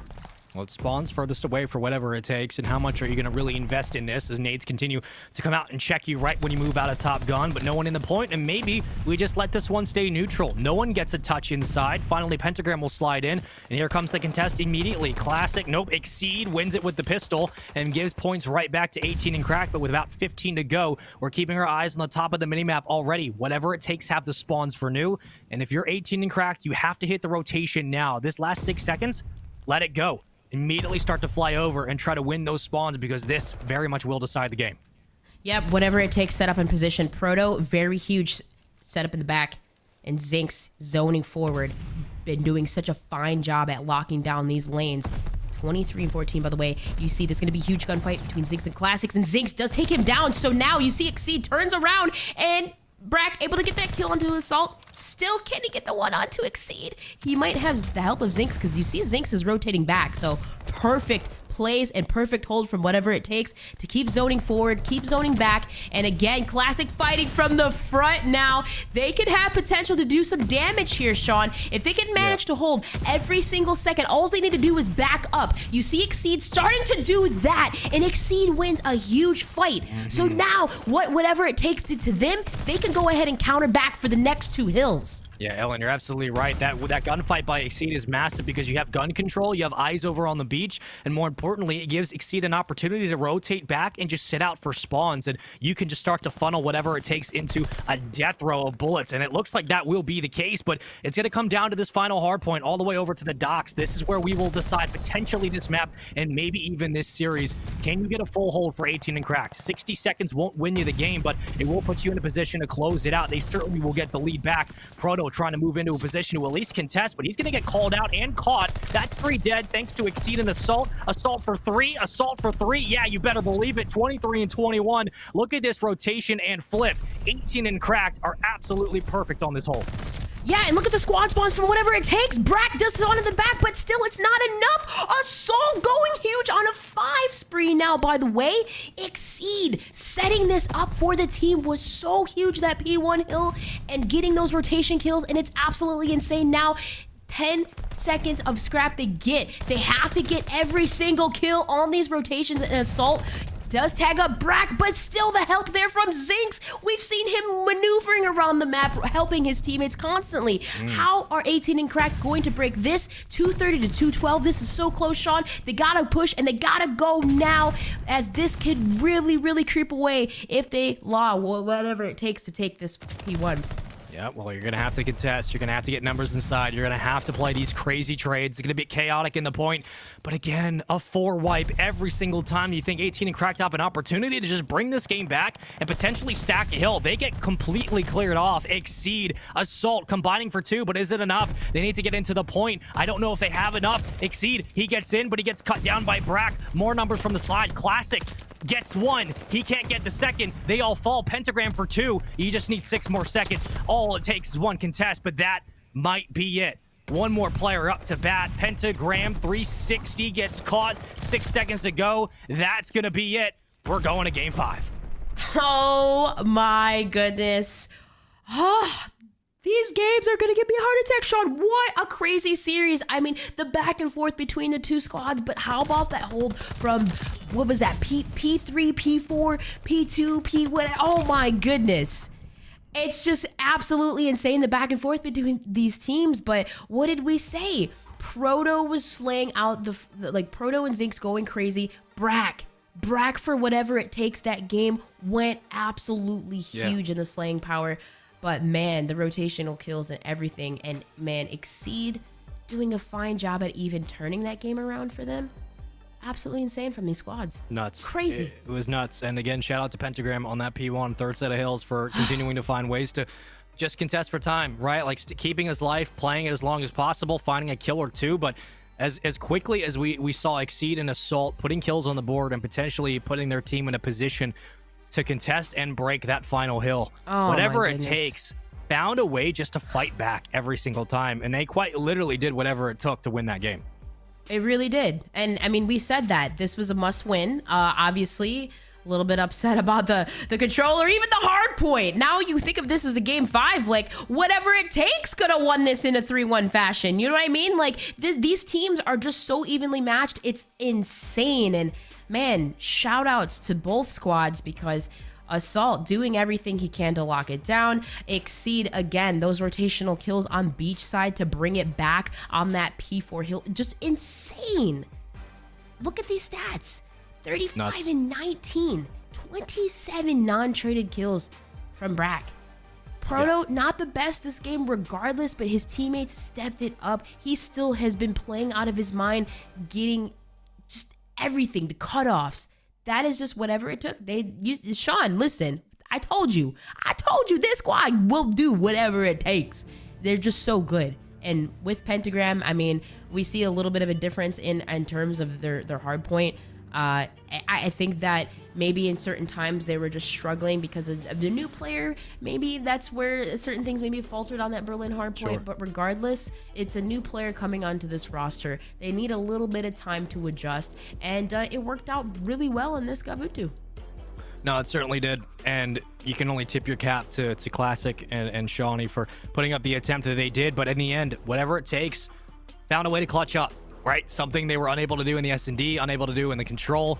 Here's your series layout. We got Desert Siege Game 5 coming up, and this one's scary. All of a sudden, whatever it takes, look like they have the ice when they need to, but when it comes down to the S&D game, it was very clearly one-sided, and the strategies that were there were okay for whatever it takes, but they were so quickly losing numbers, and that was the factor for me, Ellen. Going into this Game 5, they can't afford to lose 2-3 at a time early on in rounds. You're absolutely correct. I mean, a lot of those first bloods obviously coming in from Classic in that Tuscan. Yeah, you're absolutely correct. Play for those picks. Play for maybe a snipe. Maybe we'll see Pentagram with a sniper again. And realistically, maybe play around your sniper. That might be the name of the game for this Desert Siege. I don't know. Maybe we might see again those aggressive plays through the mid. Classic was working his way around the map with the MP40 in hand, so we might see some aggression, something that we've never seen before. Obviously, as we go along with the game, new strategies come into play. Teams have found their footing. Stage 1 is out of the way, so I'm hoping to see something new. Me too. I want to see something different. I just want to see things get twisty, and I expect that we will see that. Maybe the sniper as well. We saw Pentagram run it early on in Tuscan. Now we move to Desert Siege. Could be the same thing. We know how that site can work out. However, get your predictions in now, chat. If you're watching, if you're wondering who's going to win, there are no channel points, but go ahead and try it anyway. Ellen, looking at how that game 2 went, talk to me a little bit, because I see this one again in a situation where 18 and Cracked had the patience to get them through that Tuscan. I see no reason why this one will be any different. Well, I look at Desert Siege, right, and I think, okay, this is where it gets scary. 18 and Cracked, right? Assault on Desert Siege is going to be kind of scary because when they had played whatever it takes last time around, he went 11 and 3, Sean. That's going to be really scary because this is an AR map. I mean, just this past weekend, we saw Crazy with Methods, Boston Breach. I mean, who was that? I don't even know. There's so much COD that I've watched the last couple of days. What was that? Mutineer? I don't even know. I have to actually go and look, but I wrote down it in my notes. But still, Methods. They turned it around. They turned around that series. He dropped like 13 kills. It was on Desert Siege. This is an AR map. And, I mean, I'm going to be looking at Assault. Okay. Yeah. I don't know. 18 and Cracked, though. They took this last time around, Sean. So I would be a little bit nervous if you're whatever it takes, but still, maybe the advantage is they had that game to go back on. So maybe they just took that and learned from their mistakes. Now with that addition to Pentagram, that is the plus side about this. Last time we saw that, they had a different player. They had Dan Ghosty. But now with Pentagram, I mean, we might see a little bit of change up. So, yeah, never know. You got to shut down, figure out a way to shut down Assault, shut down Classic, and you'll be good. I like that. Just figure it out a way and you'll be good. You'll be just fine. But we're about to get into our game number 5 for these two teams. Again, first matchup of the night for North America, whatever it takes versus 18 and Crack. So far, it's been a pretty good one. Like, we've had a close hard point in game 1. It was a 1-point game. The S&D, not so much. The control was wicked. And the hard point following was a bit nutty as well. Let's get into our Desert Siege game 5, and let's get into potentially a very exciting final game for the first series of the night.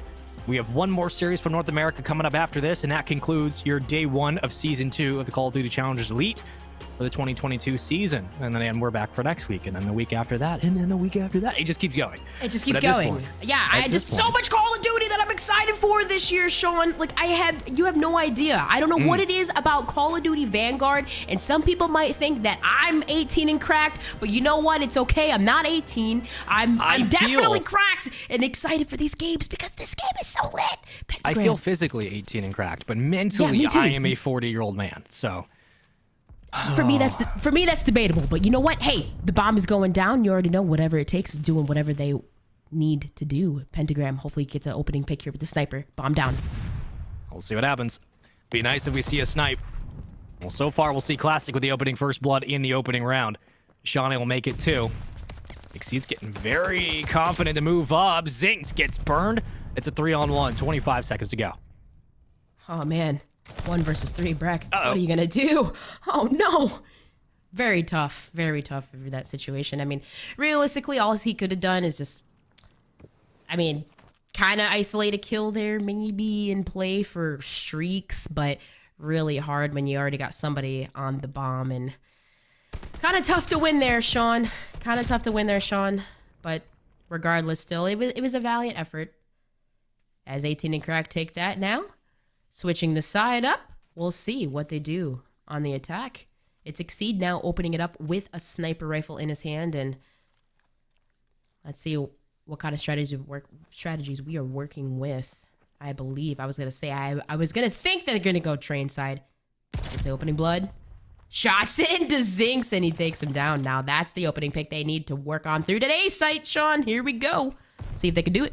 See if you can find another. I mean, how big would that be?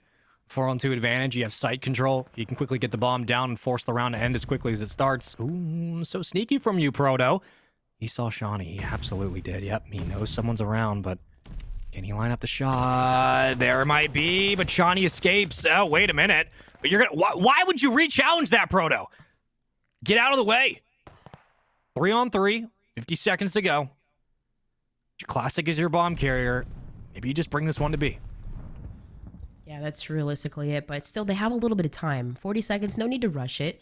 But ultimately, they know members of whatever it takes are over at the A site. They're going to work on in towards B. You got Assault with that line of sight. Pentagram going to really have to try to play for a pick. But he has Brack with him. So even though Proto does fall, he got isolated. This is going to be the bomb down, maybe, unless Brack can potentially stop it. But still, 2 versus 2. See what he can do. So sneaky on the outside. Shawnee, great line of sight. It's a 1v2. Pentagram needs to find Shawnee first. But how quickly can he spot him? Oh, God, so patient. Can't line up the shot. Now you got to fly. Great pistol. Oh, no. Shawnee might run into the bullet of Pentagram, but here comes the challenge. What is happening? Here comes Pentagram. He can't find it. Shawnee holds his position. I thought for a moment we're gonna have a sniper battle. Nope, didn't happen. Pistol couldn't get reloaded in time, but Shawnee had the weapon anyway. Oh, man. And that was such a good play from Pentagram because ultimately if he got that kill, he had to push it. I mean, there was only 15 seconds left. If he had that kill, he would easily have the defuse, but he had to challenge. Unfortunately, like you said, not enough bullets. But how about those plays from Shawnee? Playing his life, staying alive, and now Shawnee's on a 4 streak. He's got to play for those streaks. Shawnee indeed cannot get picked, but Pentagram with the sniper again in his hand might be able to get a blood here onto Shawnee if he plays his cards right, but hopefully Shawnee doesn't peek. Stay alive, Shawnee! You need those streaks! Yeah, you're on a 4 spree. I mean, at this point, if you're whatever it takes, you should probably guess 60% chance Shawnee's on the island again. And if that is the case, you're hitting him with nades. You're hoping that the sniper on the other side can potentially respond if necessary. Brack does get exceed. Bomb is down. Now you're forcing Shawnee to have to move up. Brack just needs to stay alive. Like, he is the most important player right now to protect the bomb. And he gets one. Zinx gets the second. Here comes the collapse. I love this from whatever it takes, too. Like, their defensive hold should be damn well near flawless right now. Zinx able to take down Assault, and Shawnee left in a 1 versus 3. I mean, ultimately, he does have 5 kills. I mean, he's probably going to try to run away, maybe, and play his life. I was going to say, just get out of there. Play your streak still. I mean, regardless.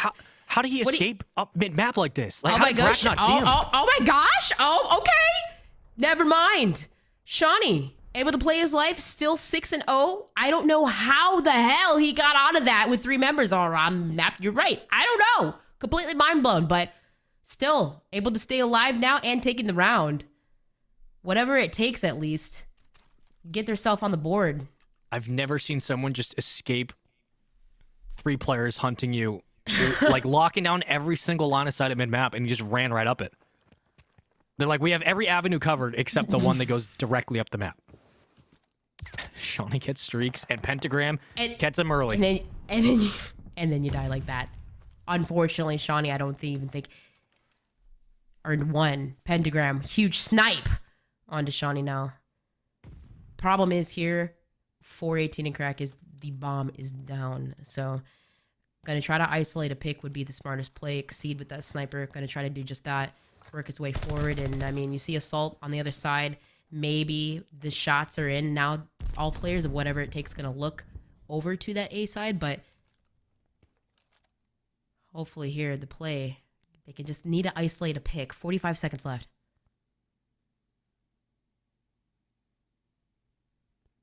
Bomb being very cautious. I don't blame it. You have numbers if you're whatever it takes, but I mean, you could be looking at a 3-2 trade very quickly. Brack can't win it.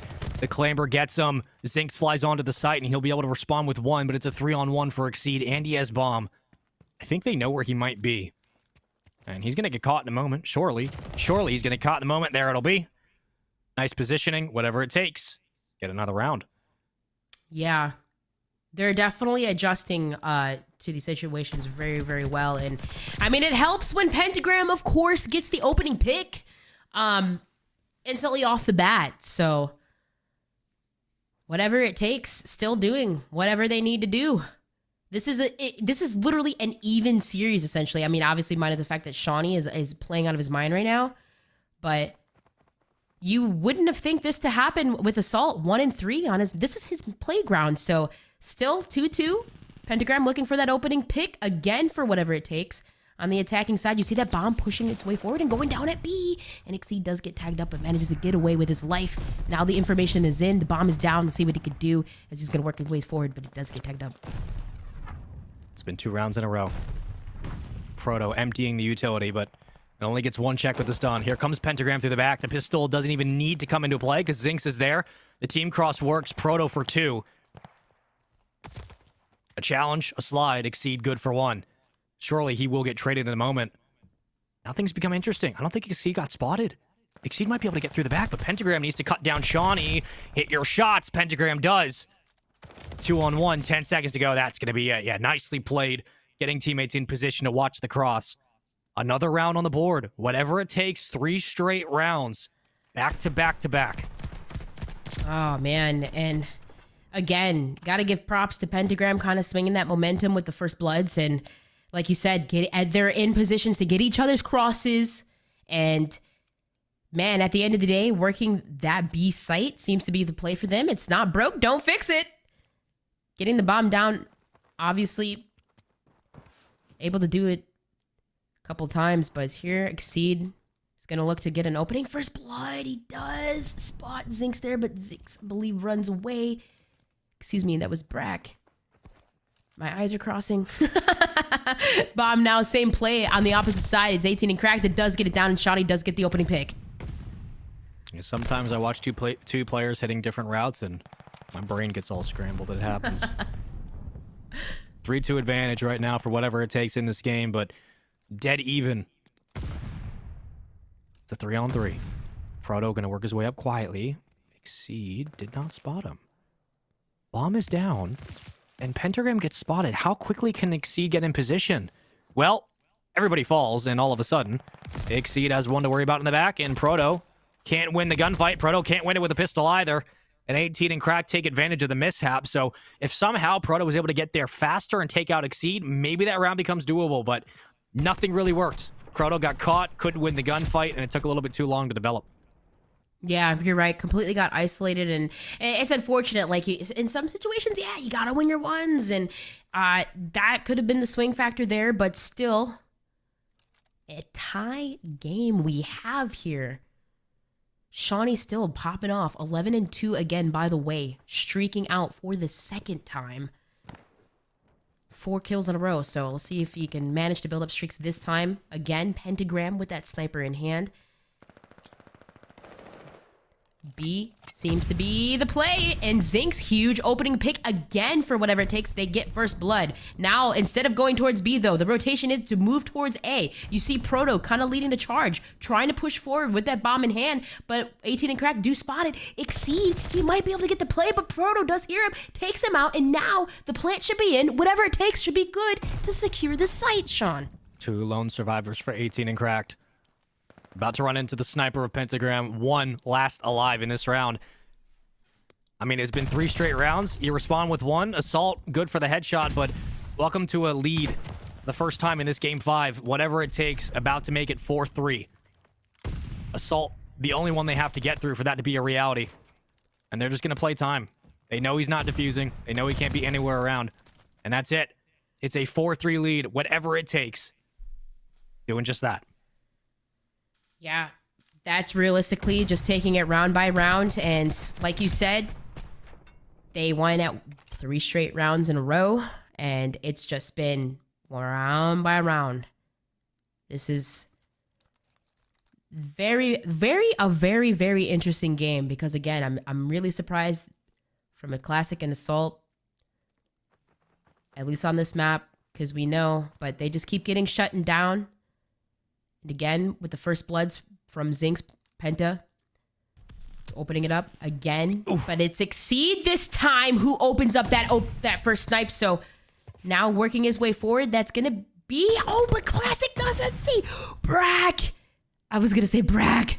Oh, able to maybe get a kill there, but Classic able to take him down, and that's going to make it open. Oh my goodness. That happened so fast. Classic takes down 2 and gets the plant. Proto left in 1 versus 4. 1 versus 3. I was going to say 1 versus 2, but then quickly. Caught timing, kicks into full gear. All of a sudden, it's a 4-round apiece game. That's English. You get the idea. Set and structure is sometimes the worst thing in the world. Oh, I feel 4 you rounds there. apiece. I mean, if we don't go to round 11, I'm going to be actually kind of furious, honestly. I feel like we might. I mean, I'm getting so excited. I mean, even Siri's talking to me. Like, Siri, where'd you come from? She's like, I'm sorry. Listen, Classic just got 2 kills and a plant. That's what happened. Does Shawnee still have streaks? I'm pretty sure he does. That's going to be, I mean, obviously, that's a fact. I believe so. But no. How do you Doesn't get matter. both? Exceed gets 2. How do you get both? I don't know. The bomb is down, though. What are you going to do if you're Brack? Going to try to at least single out maybe at 1 player. But Exceed waiting if you peek, on you the got bomb Shawnee. site. Yeah, I mean, I don't even know if you can get close. Can you break the setup? Now, at this point, yeah, okay. Well, I mean, it's a 3v1. Shawnee's not going to move unless he gets sniped. But even here, with bomb being down, whatever it takes, can't get to the bomb without being spotted. You're going into round number 10. Honestly, you have a streak. Everything you need in your toolkit to potentially win this game 5 is there. Pentagram. For 1. 30 seconds to go. I mean, this is still very doable. Like, I think he might know where Assault is. So, like, you see Pentagram kind of running around with his pistol, working his way around. Yes, he does. So, if he can isolate this player, this is very doable. If you're Pentagram, you got to go fast, though. There's only 13 seconds left, and he still has to get the bomb and get the plant. So, realistically, I wouldn't even go for the plant. Go for the kill. But, unfortunately, Shawnee is set up, still waiting patiently on that bottom site. Able to take it, but still, Spaceman, that was very close. Pentagram could have done that. Ultimately, he couldn't have gone for the plant because he didn't have enough time. But, I mean, in that situation, you got to work your way closer towards the bomb site. I mean, look for the kill, but not necessarily exactly sure where he's at. Ultimately, Pentagram knew he was on that side of the map, but Shawnee waiting patiently for it. It would take down the kill. So, I'm not sure. I believe Shawnee still, like you said, has a streak to play with. I believe this is going to be very convincing for them to take it right here. Well, you needed a bit more time for Pentagram to make that one realistic. Classic takes down Pentagram. Here comes the fly onto the site. This one's done. That's 2 kills in a row. Immediately off the round, 10 seconds in. Round number 10, very quickly getting out of hand. Bomb getting planted. You have a streak for Shawnee. All 4 still up for 18 and cracked. That might be all she wrote for this one, but Brack is able to get Classic. Oh, okay. All right. That's 2 kills back to back. It's a 2v2. Spaceman's usually an idiot, but can we do it for 2 times today? One circling through the back. It's Brack. Does Shawnee invest the streak? I don't think so. Oh my God. It's crumbling. It's literally crumbling. They went from a 4-on-2 to a 2-on-1. I was going to say, I don't think he had streaks. Because he died. So either which way, 1 for 2. This is a terrible because Proto is on the bomb and he's defusing. But actually, that is the clutch for whatever it takes. What it looks like 18 and cracked. We're going to take that right there. It's whatever it takes. Coordination and just working on every single pick at a time. Yeah, I didn't think Shawnee had streaks there, Space. Because I think when he was about to get them, remember when he was literally like 6-0. He got sniped out. Pentagram got him. And I don't think he ever built up streaks from that. So, 5-5? Spaceman. 5-5. And the bomb is actually left in the spawn. So, whatever it takes, it looks like they're just going to move forward. But maybe just kind of zone out between Zinx and Proto. So, this is going to be really huge on them if they can get a pick. Brack picked up the bomb. So, really, they have to zone forward and get a kill if they can work together with their sub prowess. Well, do they get Classic? If they get Classic, you get a chance to get onto the site, but you're going to have to worry about Assault. And Pentagram does have a sniper over towards A. If you peel off Salt off this, I mean, this becomes much more doable. You can split and have a late rotation. You got to hit that shot, though. Now you know there's a sniper over towards the site. It might be a fake to B. Here comes the low rotation. Slowly, Brack working his way towards B. Big win by Salt and Proto, trading both 3-on-3. That was huge from Proto, by the way, just working up mid and waiting for that crossover rotation. But look at Zinx working this top site. He's got to worry about Classic, who's waiting patiently on the bomb, by the way. But still, Brack is over by A site. They have a clear plant at A. If they can somehow work this, but still 25 seconds left, they're kind of worried about getting flanked. But you see number 4, Zinx. He might be able to spot them, but he does get taken down by Classic. And now the bomb does go in, but it's Exceed who might be able to get a pick onto the site. The bomb is planted now 3 versus 2. Can Brack hold on? It's Exceed in front. Avoids a nade. Brack playing for his life. He's the only one around. Player number 2 is Proto. He's out of the play. Brack for 1. Brack looking for the nade. Just throw that up in the sky, Brack. There's one behind you. You have to stay alive. Proto on the chase. He's got the pistol, and the bomb's still down. It's Classic in a 1v2. Nicky D. Oh, he gets 1. Classic last alive 17 seconds, but how do you play this? You have to hunt for the kill. You got no other choice. It's a defense for 18 and Cracked, but Classic looking for anything. He can't find Brack. Brack's just playing his life. It's so perfect. Nicely done. Whatever it takes in the round 11. They clutch up. They get it done. They find the kills, and they take the series. Oh my gosh, unbelievable, Spaceman. And they were down, what was it, 0-3, and they came back round by round, just working it slowly. Look at those first bloods. Brack 3, 2 from, I believe that was Proto. I don't even know what just happened. But my goodness, This squad picked up Pentagram, and we just seen it work out for them. What did I tell you, boy? I said this squad has whatever it takes. They certainly do, because time and time again, for years, I've been watching these guys play. Pentagram, I know this man. He's just such an addition to this roster, and just whatever happened in that situation, I mean, obviously, I don't know, statistically, I gotta go back and watch the game, but Pentagram, man, you can't count out the fact that just holding it down for that squad with that sniper in hand, getting those first picks and that search and destroy right there, and just the overall addition and what he brings to this team, man, it's working out for him. Certainly is. Hyped. He stepped up. I mean, yeah, 5 and 8, but those 5 kills came at crucial times. And again, shout out to Proto for making that long flank, hitting it with the pistol, able to keep him alive, and Brack just playing his life. I mean, it's critical in that round 11. Brack, Proto, really stepping up big on Desert Siege. And you could call it a bit of a breakdown from 18 and Cracked, but that's just credit to whatever it takes and how quickly they were able to get into position to put themselves in the driver's seat of that final round. 10-7 for Proto, 9-7 for Brack, but his 2 biggest kills, or his biggest kill, came in that final round. 3 first bloods as well. I mean, yeah, it's just crazy. You can't count out 18 and Cracked 2 with Classic. The fact that he was, I think, at one point, not really the best, 1-6. Him and Assault kind of really struggled this game, which was surprising considering Desert Siege is one of their better maps. But Classic had a couple of rounds where he really swung the momentum for that squad and just able to clutch up. I think he got a couple kills on that bomb, and ultimately it just wasn't enough. Shawnee, though, he had 9 non-traded kills, and I think 5 first blood. So just the fact, like you said, complete breakdown, man. We got to go over that series again, just through the timeline, Sean. Wow. 250 to 249, whatever it takes. I just 6-5 in the search and destroy, whatever it takes. Obviously, 18 and Crack is a super, super good team, but the fact that, they did what they needed to do to clutch up against 18 and Crack, it's crazy. Yeah, I mean, what was a 1-point game 1 came down to a 1-point game 5. That series been close. It was not an even stretch throughout the middle, right? The S&D, the control, the following hard point were a bit back and forth, but pretty one-sided for most stretches. But again, we bookend this series with a very tense hard point in S&D, and wow, it really was as good as it looked. 250 to 249, whatever it takes, took game 1. 18 and Cracked responded with an S&D and a control on back-to-back wins. Then whatever it takes, they were able to clutch up, really, on that Gavutsu hardpoint, and they sent us to a final S&D on Desert Siege where they did the same thing. They clutched up, they got it done. Congratulations to them.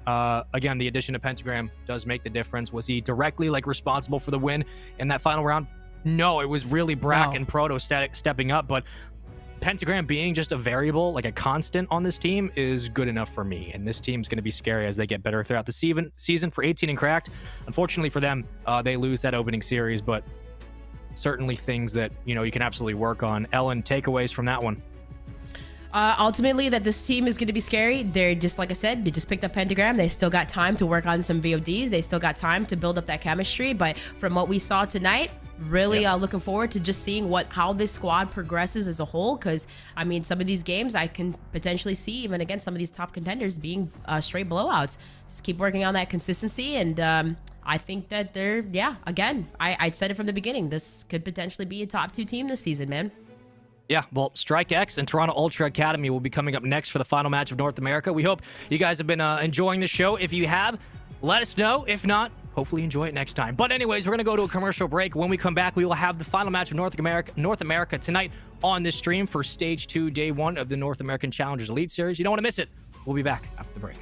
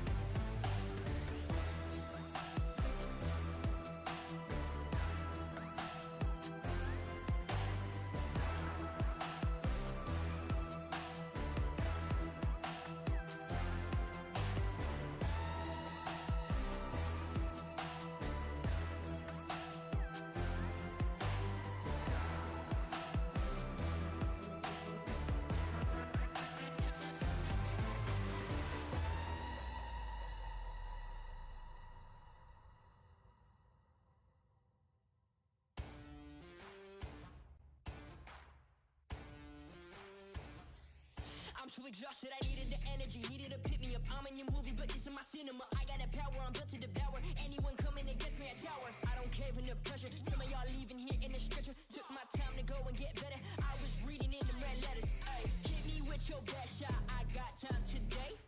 Feeling like a matador with that Red Bull. Oh, no, you can't stop me. I'm running my own play. For the game win, I can't pin anything that gets in my way. Been here, done that. You all know what we came for. Been here, done that. You all know what we came for. Energy, energy, energy. I need that energy, energy. Energy, energy, energy. I need that.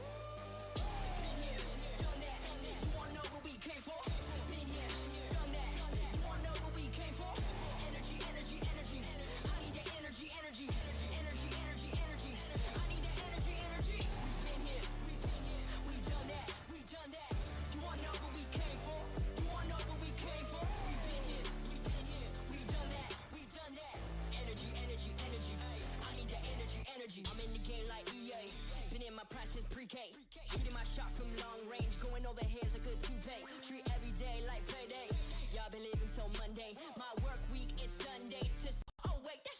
day. Putting in overtime, punching the clock, I'ma get what's mine. While everyone's sleeping, I'm living my dreams. I got a coin that's so divine. Lord, take the wheel like 10 and 2.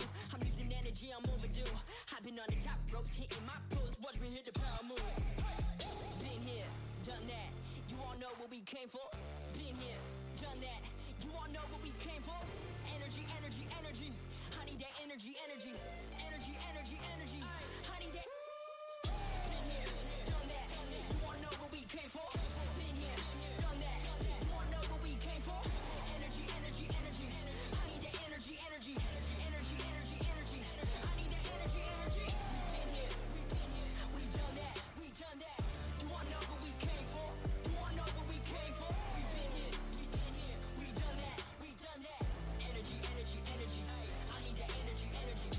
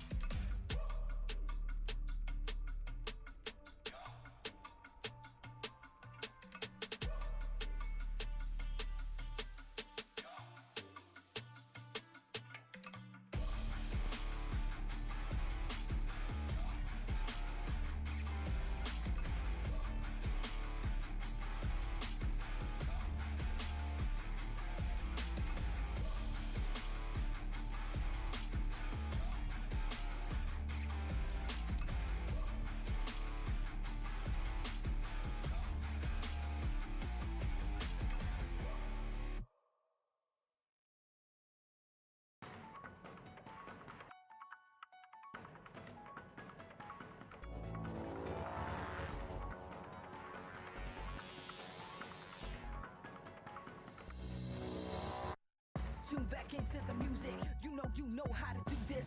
Don't second guess, just not a test. It's not a race, no black or white. Everything's great. No yesterday, never tomorrow. Only the present, that is your gift. It benefits you only if open. Everyone's chosen, beauty of choice. You can stay silent, forget your voice. You can malign them, hold a grudge, or stand before judge, just stay in your case. Top of the notion that you were just a mere drop in the ocean. This is your moment, fear is a Trojan horse. When you open or close your doors.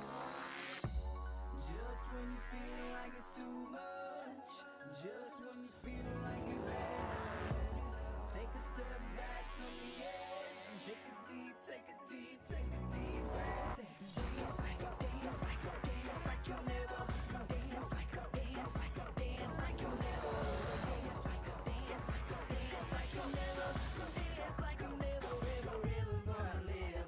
Sometimes you don't like where you live. Sometimes you don't really like your kids. Sometimes you grow out of your friends. Sometimes it's your fault, just admit it.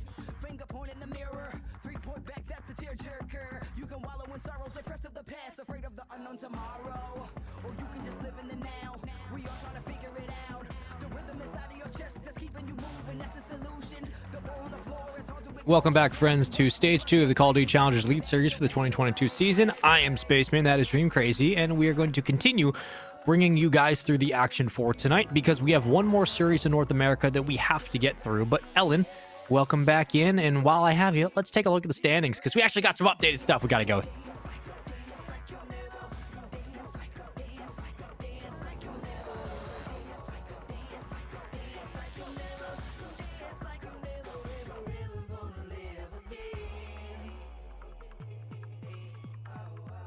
Second, Texas Nation 1-0 and 3-1 fashion. And yeah, overall, I mean, your biggest takeaway from this, everybody is 1-0. 1-0 down the board. Yeah, I mean, somebody has to win and somebody has to lose for sure. But looking at this across the board, I think whatever it takes for sure, having a impressive series in that game 5. Of course, they go the distance. UYU, like you guys can see, went to game 5 as well. A couple of game 5s today, but mostly pretty clean wins across the board. Bear Claw Esports getting it done in a sweep. Texas Nation, your reigning Stage 1 champions in North America as well, handling it in 4 games. But with that said, let's take a look at the upcoming matchup we have for you because, of course, we have one more game we got to get through. Now, speaking of Strike X, one of the newer teams getting into this region through the qualifiers as well. Ellen, this one is interesting. I call them the Island of Misfit Journeyman because, well, these players have been on many different teams for many different years, and they have now found themselves on this specific roster. Oh, yeah, for sure. I mean, and I look at this squad and think, well, this is fresh meat. Strike X, we got Juan, we got Gunseed, we got Fame, and we got Ramby, currently the 6th seed. And you're right, they are the Island of the Misfit Journeyman, and also they are a strong S&D team because, man, Rampy, I know specifically, I've been seeing that name around in the S&D community for years. He's been slaying it out and able to clutch up. Seriously, in S&D, these guys have been phenomenal. But the question is can they also win the respawns? Because, I mean, when we take a look at who they're playing, Spaceman, that's going to be the question. It's going to be a tough one. Ramby, of course, last season on Lord Gaming. You guys saw him with people like Parasite and Yeez. Wand made his rounds on UYU and Cold War. And Fame, who's been around that top 16 in a couple of cups, was around that 6th spot in Gears, 6th gear in Cold War. Now looking at, of course, our next team in this matchup, it's Toronto Ultra Academy. Yes, they have 2 different teams in 2 different regions, and they have invested a lot. Vikcool, Mohawk, Hixie, and Scrappy. Oh, brother, I call this one the upgraded version of the Elevate roster from Cold War because Hixie was one of the best subs in the region. He, of course, comes over to North America as a sub. Scrappy is absolutely disgusting. Went from top 12 finishes to 2nd in Season 1 playoffs with UYU. And Mohawk in conversation as one of the best ARs in North America for Challengers last season. He makes a change over here, Ellen, and this team is disgusting. I mean, yeah, he was on that path to pro team, and what's cool about this team is the fact that you got Mohawk, you got Scrappy, who was formerly on that UYU roster, and then you got Hixie, obviously the 6th man for the Ultra squad, and then Vikcool to this. So, yeah, this is an interesting formula that we got going in, obviously the 5th seed, but I'm really curious to see how this team plays out because, I mean, we already know Mohawk, first of all, the guy has been dominating Essentially, and specifically even in Respawn, I mean, keeping the KDs, S&D overall, this guy's been really, really good. And I don't know. I'm just really curious to see like how this team formulates, because we haven't essentially seen them play here. Ellen, this team is nuts. I'm just telling you right now. I think the addition of Mohawk, of course, he leaves that championship roster from Cold War. He leaves Spark. He leaves Prolude. He comes over here. You give Mohawk a sub like Hixie. You give Scrappy an opportunity to jump from the UIU roster, who had a great run in Season 1. Again, made it to second place in the playoffs. You give Toronto Ultra a North American roster like this, they can absolutely make something work. And that says nothing of what Vikul can do, of course, being a champion in his own right. In Season 1 of the Challengers Elite Series last season, excuse me, not Season 1, but in Challengers Elite in Europe last season, he won with that Mavericks Gaming roster. So a lot of champions on this team throughout. And I got to tell you, I love the dynamic and the combination they all bring. Yo, absolutely. I'm really, really excited to see this squad play out. And I mean, just in terms of all of these teams, like, how are they going to respond to each other's adversity? How are their pacing is going to work out? In terms of slaying power, like you said, Mohawk really going to be looking at that, because I think there was a series that he played once, and I believe it was in the earlier rounds. He had like 89 kills in that series, Sean. Yeah, one of them like 92. Like, this guy is insane when it comes to slaying. And I mean, like, I don't know. I'm so excited to see what we're in store for. I mean, you look at Scrappy too, who overall was killing it with UIU. His KD was like 1.02. I mean, across the board in all of the respawns, at Hardpoint and Control, just staying above that 1.0, 1.2 margin. Like, Scrappy is insane as well. So his S&D KD is usually really high as well. Now, I'm usually about, but right now I think it's a 0.96. So yeah, you're right. This is a Slaughter team. I'm really excited to see what's going to happen. I mean, my goodness, I just want to jump in the game. It's going to be a fun one. Let's take a look at the... It's going to be fun. Heck. It's gonna be fun as hell. Let's take a look at the map and the mode combos for this series, because we have 5 games potentially to get through, but more importantly, got a couple of hard points we got to play. Gavutu, Bocage, Gavutu again, and then rounding it out, bookending the end of this best of 5 with Tuscan twice. Gavutu our opening hard point, followed by a Bocage S&D. That's where I'm keeping my eyes currently for the early start of this series. Ellen, talk to me a little bit about that Gavutu hard point kicking things off. We've seen the ARs dominate today. I have no suspicion that Mohawk will have a similar success on this one. I mean, no doubt about it. Okay, so this is... I'm really worried if you're Strike X. First of all, Ultra Academy, I mean, strong in Respawn. Without a contest, we already know that just from the players that are on this squad. So the fact that it is on Gavutu, like, when we look at that and we look in terms of stats and you look at Mohawk, I mean, this guy on Gavutu is always slaying out. I mean, at least going positive. And the last time around on this, I think his squad, I think they've only essentially lost Gavutu once. So pretty much on stream last time around, like, if we really want to kind of look at stats, you look at Mohawk, Gavutu has won probably every single... Yeah, he's won 3 out of the 5 times. So regardless, I mean, in that fact, with the squad that he has now, because I mean, you can't really look at like the last season stats, because he's got a different roster. We don't know what to expect. It's a clean slate. Both teams, we don't know what to expect. That is the best part about this game that we got coming up. But hey, quick shout out real quick. This game being observed by Nathan Shanks and Dylan Road. You guys the best. We appreciate our observing team. They were killing it last season. They killed it the year before. And yet again, we thank you guys so much, because without them, we couldn't be us. So thank you for giving us the action to watch. Thank you for giving the fans something to look at. And we will get into our Gavutu hardpoint. Never mind. Told that we will quickly get things reset up and ready, so you guys have an opportunity to check out the first map of this best of 5. But looking at Toronto Ultra, they pick up 2 challengers teams in 2 different regions. Of course, they go to Europe. They pick up the originally known as Money Form, and they get signed. They win their opening match today 3-0 in a pretty dominant fashion. Then they come to North America, and they handle their business, and they say, you know what, we want to invest more again. So Hixie, one of their subs, why don't you get us a team together and we'll talk? And well, they do just that. You got Hixie, Scrappy, Vikul, and of course Mohawk. And of course Mohawk left that team of Prolute, Spart, and Saints last season. That was a team that won the North American Championship at the end of Cold War. Everybody's talking about Mohawk potentially being the top AR alongside GodRx, alongside Pander, that was originally on that Built by Gaming's roster. And really, what was that going to do? What was that going to do for Mohawk stock? I think that this is a very competent team for him to be on, and one that he can just focus on doing his role, because he knows that Hixie can handle the dirty work as a sub, and Vikul is the championship winner in his own right from Europe. Ellen, keys to victory for Toronto Ultra Academy going into this one, into this best of 5. What do you think they have to do to get it done in the respawns? I mean, honestly, you look at Gavutu, of course, it's going to be a lot about locking down these lanes. I'm really going to be looking at those AR battles and their ability to zone forward. I mean, we've kind of seen it just on that last series, how crazy and intense it can be. Sure. Ultimately, they got to win the respawns.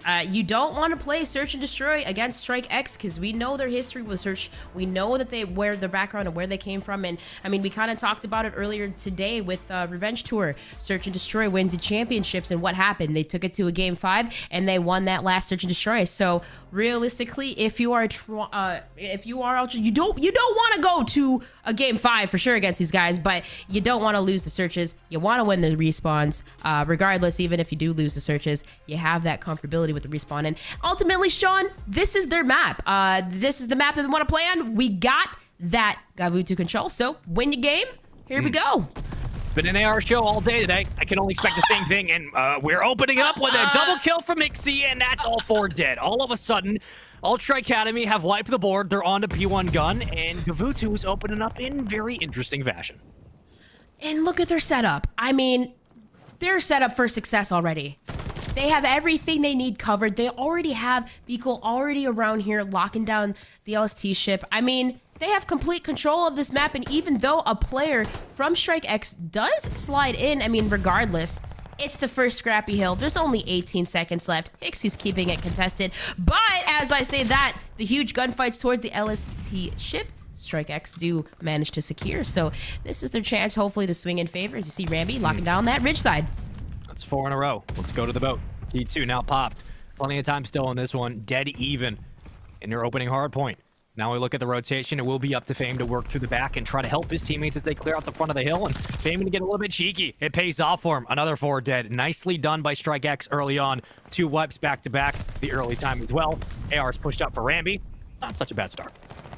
Not at all. And I mean, look at Fame. I mean, just zoning forward, getting that P1 control, locking it down. Currently on a 5 streak, by the way, so I'm sure he's building up streaks. And then Rambi, of course, pushing out Green, trapping Ultra Academy in that back beach area. And I mean, the rotations are coming in heavy. You see already Vikul on the rotation. Fame, this is huge for him if he can manage to maybe single out a single player. And he does manage to take out Scrap, stays alive.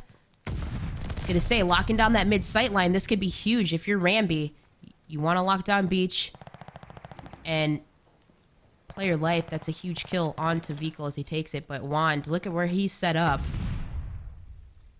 They have complete control right now in a way to where they can hold this from the front, essentially. Spaceman. Well, they've played through the front for the past 2 hills, and it's worked out pretty well for them. They've been able to get around 69, nice, 70 seconds already.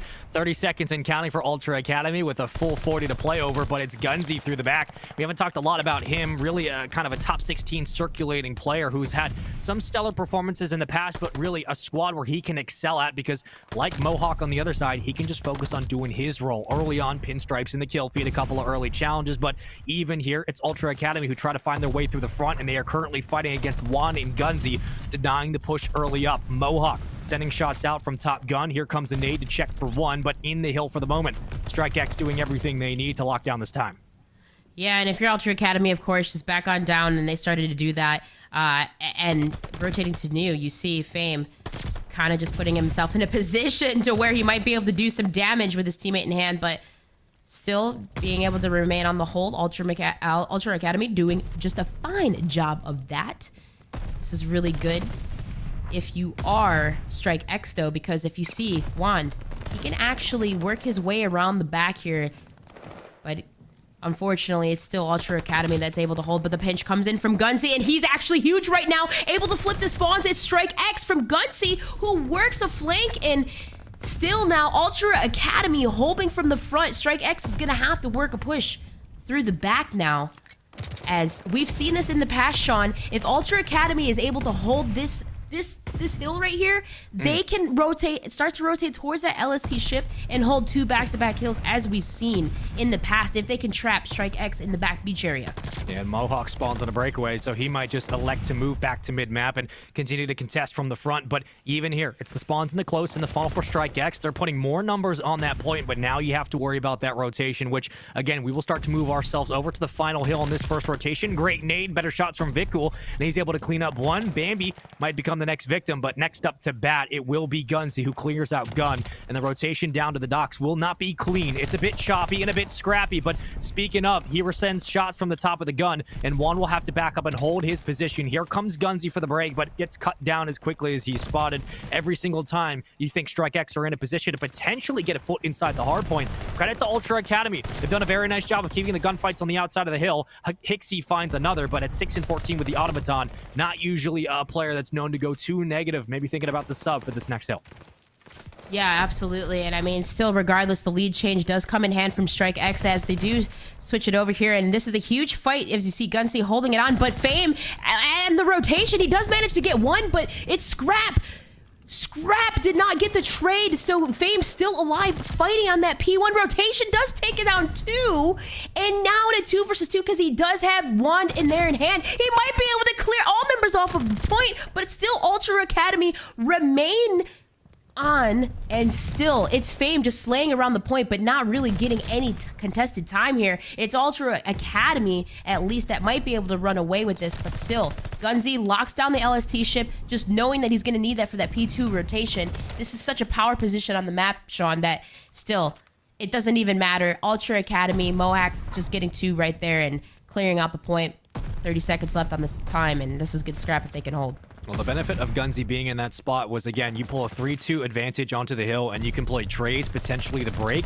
Then you're worried about P2, but that requires a lot of commitment and a lot of time, which currently they just didn't have. And, well, Gunzi drops, so all of that's for nothing, and now you lose the opening break. We can go to P2, though, the bottom of the boat. It's going to come down to whether Ultra Academy are in position to be able to hold early on. It looks like they will be able to do so, as Fame flies off the top and is able to find one. Now looking for the second on the break, but will hold his horses and break things down. Now to the bottom we go. Hixie might be the next one who runs into the line of sight, but at this moment, things are looking a little bit dicey. Now to the back, he finds one. Fame, good for 2 on the bottom, and so far on a 2 spree, 20 and 15 to his name. Luckily, Gunzi and Wand are there to at least clean things up. It's a little bit weird on that break, but nonetheless, they do get inside and they push the spawns back towards that P4 hill, so it kind of works out to Strike X's favor that they took their time to break this one open. No, absolutely, because if essentially they can hold this time, all they really need to do is just back up. Hold the lanes. That's all they have to do, and they're doing just that. You see Rambi on streaking out mid-map, beaming with an MP40. Like, now he rotates over and picks up the right. And what does Juan do? He picks up the middle. So they're doing such a fantastic job as rotating these lanes out that Ultra Academy essentially are trapped in that back beach area. And there's Juan, who rotated from middle and then picks up right side. He manages to get Mohawk, and then now he gets Hixie, absolutely popping off of a 5 streak. Can he get those streaks to play with? Because Strike X can run away with this right here, Sean. If they remain to hold, this is going to put them very, very close to that 250 mark. Yeah, Ultra Academy are now cautiously moving their way around Gun. They don't know if Wand is still around, and certainly he is. Finally, they clean him up, and maybe that's the call that they needed to get the cavalry in position to begin to contest this hard point. But Fame wins a big gunfight onto Mohawk, and the numbers quickly fall around it. Fame, Rambi, 2, 3, 4 dead consistently. These gunfights in middle map are great, but they don't slow time. They don't contest the point, and Hixie has to go big. He has to win this gunfight, and he won't. That might be enough to at least put this game out of reach. We still have a hard point we got to get through, but my God, talk about a hold at the most opportune time. Strike X have done everything correctly, and more importantly, they're set up for the next hill, and if they get close spawns, this game 1 is done. Absolutely. Like, this is really the name of the game right now, is hold and push out, and Fame has those streaks to work with to essentially get 2.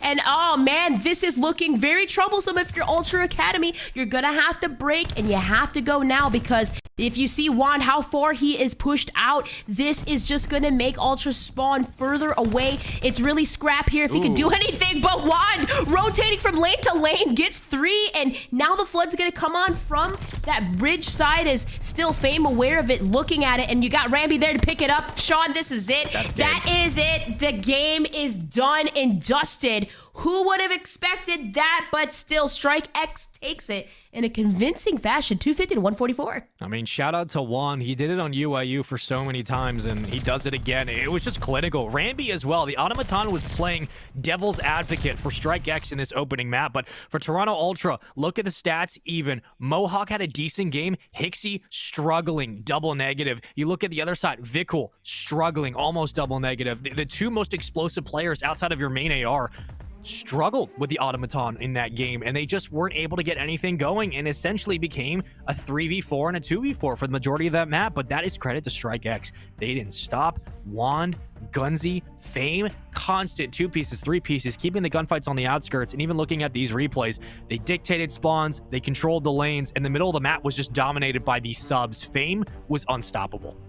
Yeah, and you make up a good point. Like, it's just the ARs, right? Like, they just were getting those kills. And Ultra Academy, in certain situations, it looked like they could have ran away with the lead. But when you got your ARs slaying out like that, Rambi as well, shout out to him, because you saw it multiple times where he would die or Juan would die, and Rambi was quickly to pick up the lane. Fame did it. Juan did it. They all did it. They just kept doing that, and just being able to capitalize on your positioning and just zoning forward. Fame staying alive and obviously going huge here. Like, it's just been insane to see. Like, they just did it so well.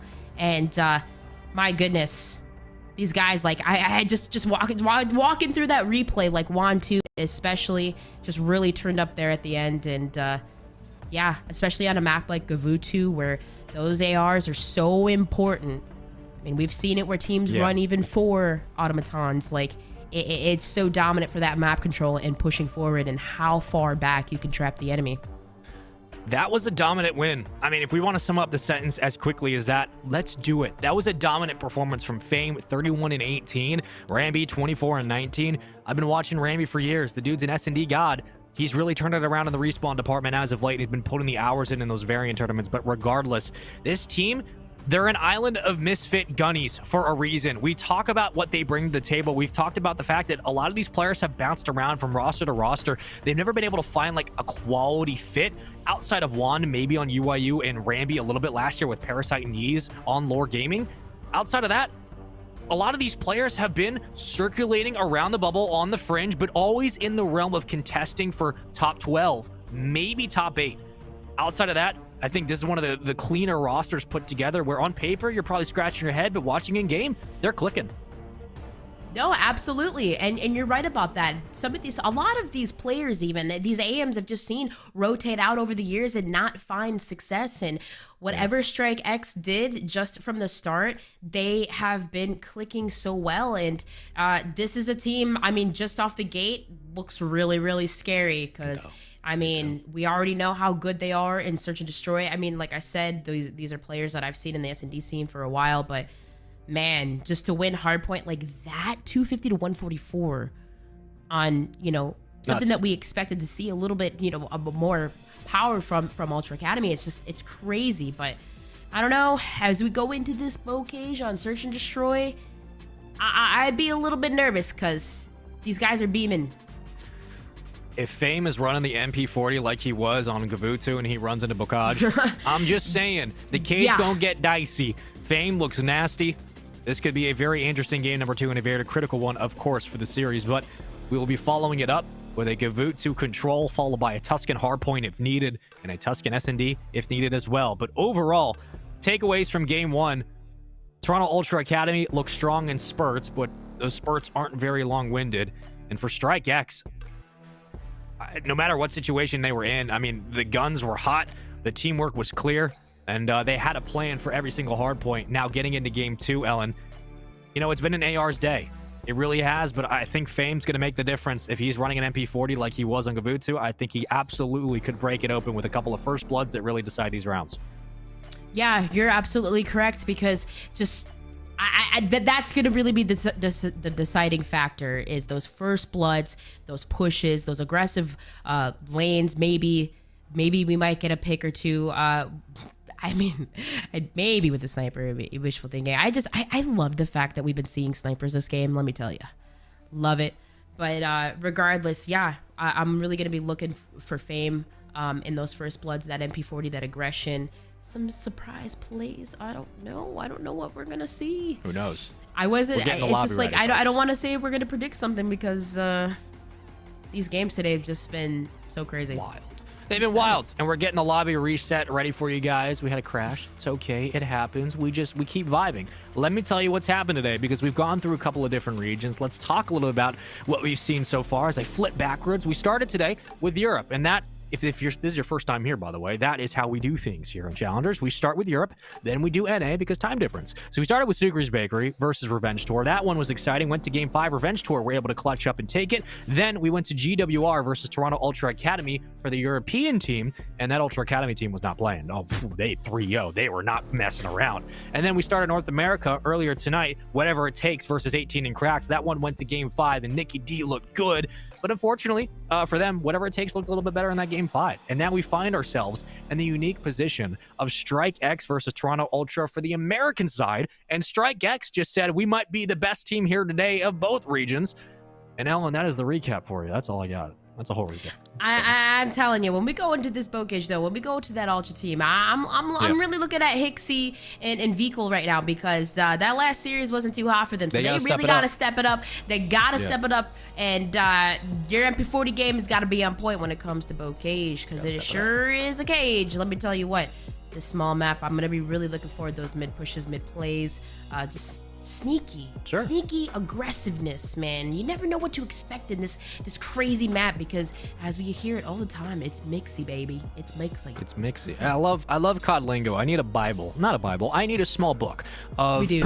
Which is essentially a Bible. I need a small book of just COD lingo that has caught on over the years, because I know that at one point, we had snaking was a thing, and then chalked was a thing, and then now we have mixy. Like I need like the same way we have an internet history of like the memes in different times, like, oh, January of 2021 this meme was popular. Can we have one for COD in the lingo, please? Were you around in the lingo days when did you hear Gommel? I mean, I'm like I said, I'm old. Yeah, Gommel, I mean, I've been Gommel watching is since GOML, and it means get on my level. Oh, and that was Call of Duty 4 days. That's how long we've been around. Yeah, Gommel, like that's all you heard was COD players screaming out. Okay, I know that. Yeah, we need a Bible with COD lingo, because like there's no one like us. Let me tell you what, we are community and we are fierce. That's what I'm saying. Like any other esport, like they don't have like that authentic homegrown lingo that you just somehow find. I don't get it. I don't get it. This is our attempt to we jog create your memories. words. Like we create our own words. That's how dope we are. Like we just create the craziest words, and we're funny, and like these games have been crazy today. Personalities really are about top tier. Listen, yeah, all of us. Tier. Seriously. I'm pretty boring, but personalities in general are top tier, Ellen. I'll tell you that. Call of Duty is blessed.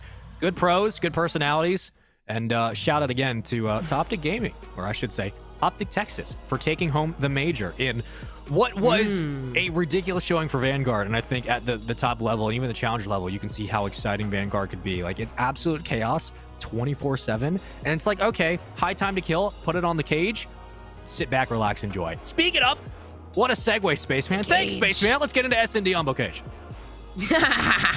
Absolutely right. I'm excited to get into this. You're perfect. That was beautiful. Now, as we get into this, though, this is it. Because I tell you what, if Strike X takes this here, if you lose this, I don't know. We disqualify you from the third map. These guys are pretty hot right now. I think they would take it in 3-0. But hey, you know what? You never know. Let's go. We're hopping on board with the scrap here in the attacking side for Ultra Academy, and they're going to work their way towards that A site. Vikal? They certainly will. Oh, wow. Okay. Quick first blood. I don't think we've gone around today, Ellen, in S&D where we've had all four up for like 30 seconds. I don't think that's happened at all. No. Won't happen on this map, though. Indeed, it won't. Bomb down, though. 4 versus 2. I mean, Ultra Academy, first blood. You get the first blood. You get the bomb site. So Easy pickings for them. Ramby 1 versus 4. Yeah, I don't see it getting out of this one, buddy. Woo! Slide jump pop from Vehicle. Ultra Academy taking that very comfortably, very fast. We've been spending too much time around Austin. We're starting to get that. Oh, sorry, buddy. And a lot of our quick engagements. Kids got the Canadian accent on deck. I respect it. I honestly, I'm not even gonna lie. I didn't even realize that. My I accent did is so live in. dumb. I lived in Canada for a year though. A year and a Yeah, half. you got a Did little that bit of count? Canadian. Yeah, of course. That's probably what it is. Yeah, because honestly, I didn't even know that. I didn't. Nice pay challenge to there, buddy. That's a perfect impression though. Man. My accent's just dumb. Here we go, though. Holding the line. To literally draw a straight line segment through the middle of the map. No one moved up. All 4 still alive. That nade won't catch Scrap in the back. He will escape, but Bomb will start to move its way forward. And it looks like B will be the call for the moment. And you say that, you know, it's kind of been more than 30 seconds, and all 4 members of the players are alive. I asked for it, and it happens. What can I say? But hey, I knew as I said that Juan does take down a member. Now, Scrap with the trade. Perfect, but he got the bomb site, and it looked like it was going to rotate to B, but I don't know. This might have been the play. This might have been the play. Ramby and Fame does fall, but still, Ramby and Gunzy now rotate the bomb and plant A. 1 versus 2 for Scrap. He can't stick it. They have eyes on sight. You're going to have to take Ramby. Well, he immediately goes out, tries to check Ramby, and, well, now they know where you are. The only way you do this is if you hunt for the kills quickly. This is pretty much a round guaranteed to go to Strike X, and it will be. Looks possible for a moment, but hey, that's credit to Strike X for playing that late rotation. They were willing to sacrifice a teammate or two to get the bomb down, and once they did, Scrappy just kind of get a little bit too aggressive. You know what's crazy too is I feel like they kind of like, and man, I can't wait to go back and look at that round, but they like really rotated so fast that I think it caught Ultra off guard because they had more members over by that A site, it looked like, and just kind of overwhelmed. Like, you know, Fame did fall, but still Ramby with the trade and able to get the bomb down. Like, it was just insane for Gunzy, and they opened it up for each other and traded so well. I just really think they caught him off guard, but still, regardless, on the attacking side, you see the bomb kind of lingering towards that B site. Both teams waiting patiently, and Wand might have a field day here if he can catch 2 players of Ultra Academy off guard, but still the patience. Scrap looking up top. That's a big win for the First Blood. Here comes the collapse. Hixie needs to win that one, though, to open up the Riverside.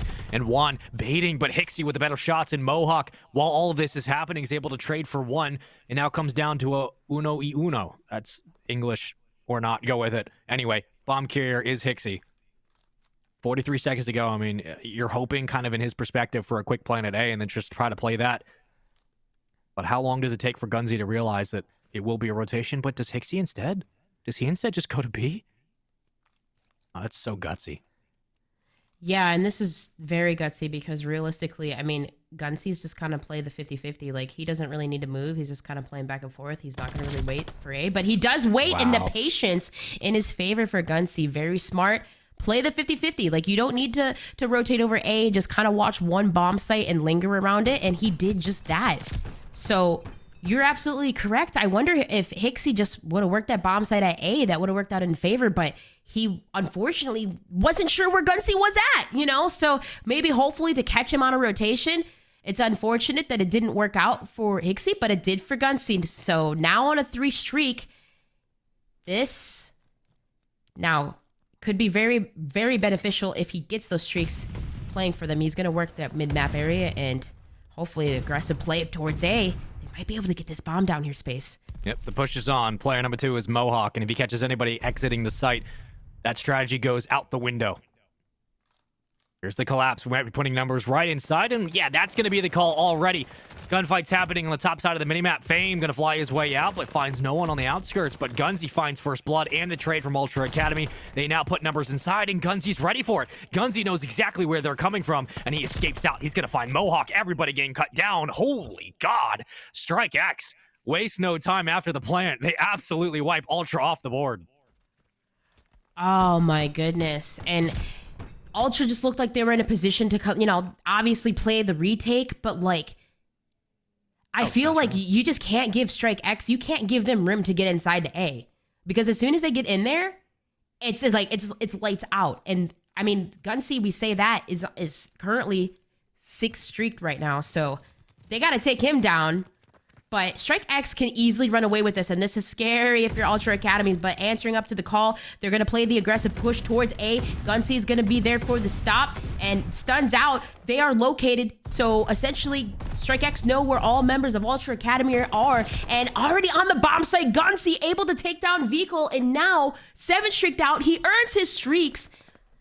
3 versus 2, make it a 2. Mohawk able to take down Wand. Yeah, that glide bomb is such a great streak to have in rounds like this for information if you get to a 4-1 lead.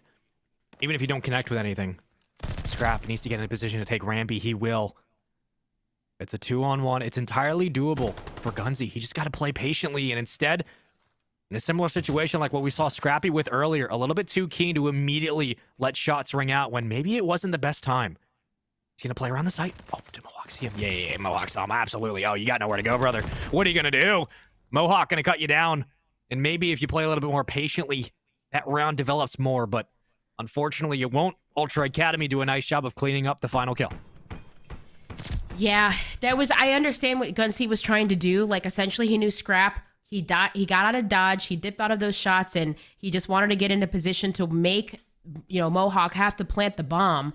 And hiding on the bomb site easily was read, so it was very, very patient plays from Ultra Academy to wait back, not instantly go for the plant and wait for that kill, because essentially if he went down space, like that would have been really hard, right? Scrap would have been left in 1 versus 1, and he would have had the plant, but still answering the call. It's Gunsy still beaming. Gets 2! Can he get the 3rd? No! Scrap takes him down, so what a fast round from Strike X answering the call. Now taking it 4-2 in a really fast, favorable fashion. My goodness. Yeah, they're not wasting a lot of time. Not at all. That's what scares me, Ellen. That's what keeps me up right now, is that they're not wasting any time on these rounds where they respond quickly. They give up a round, they get one right back. It was a 3-1 and a 3-2.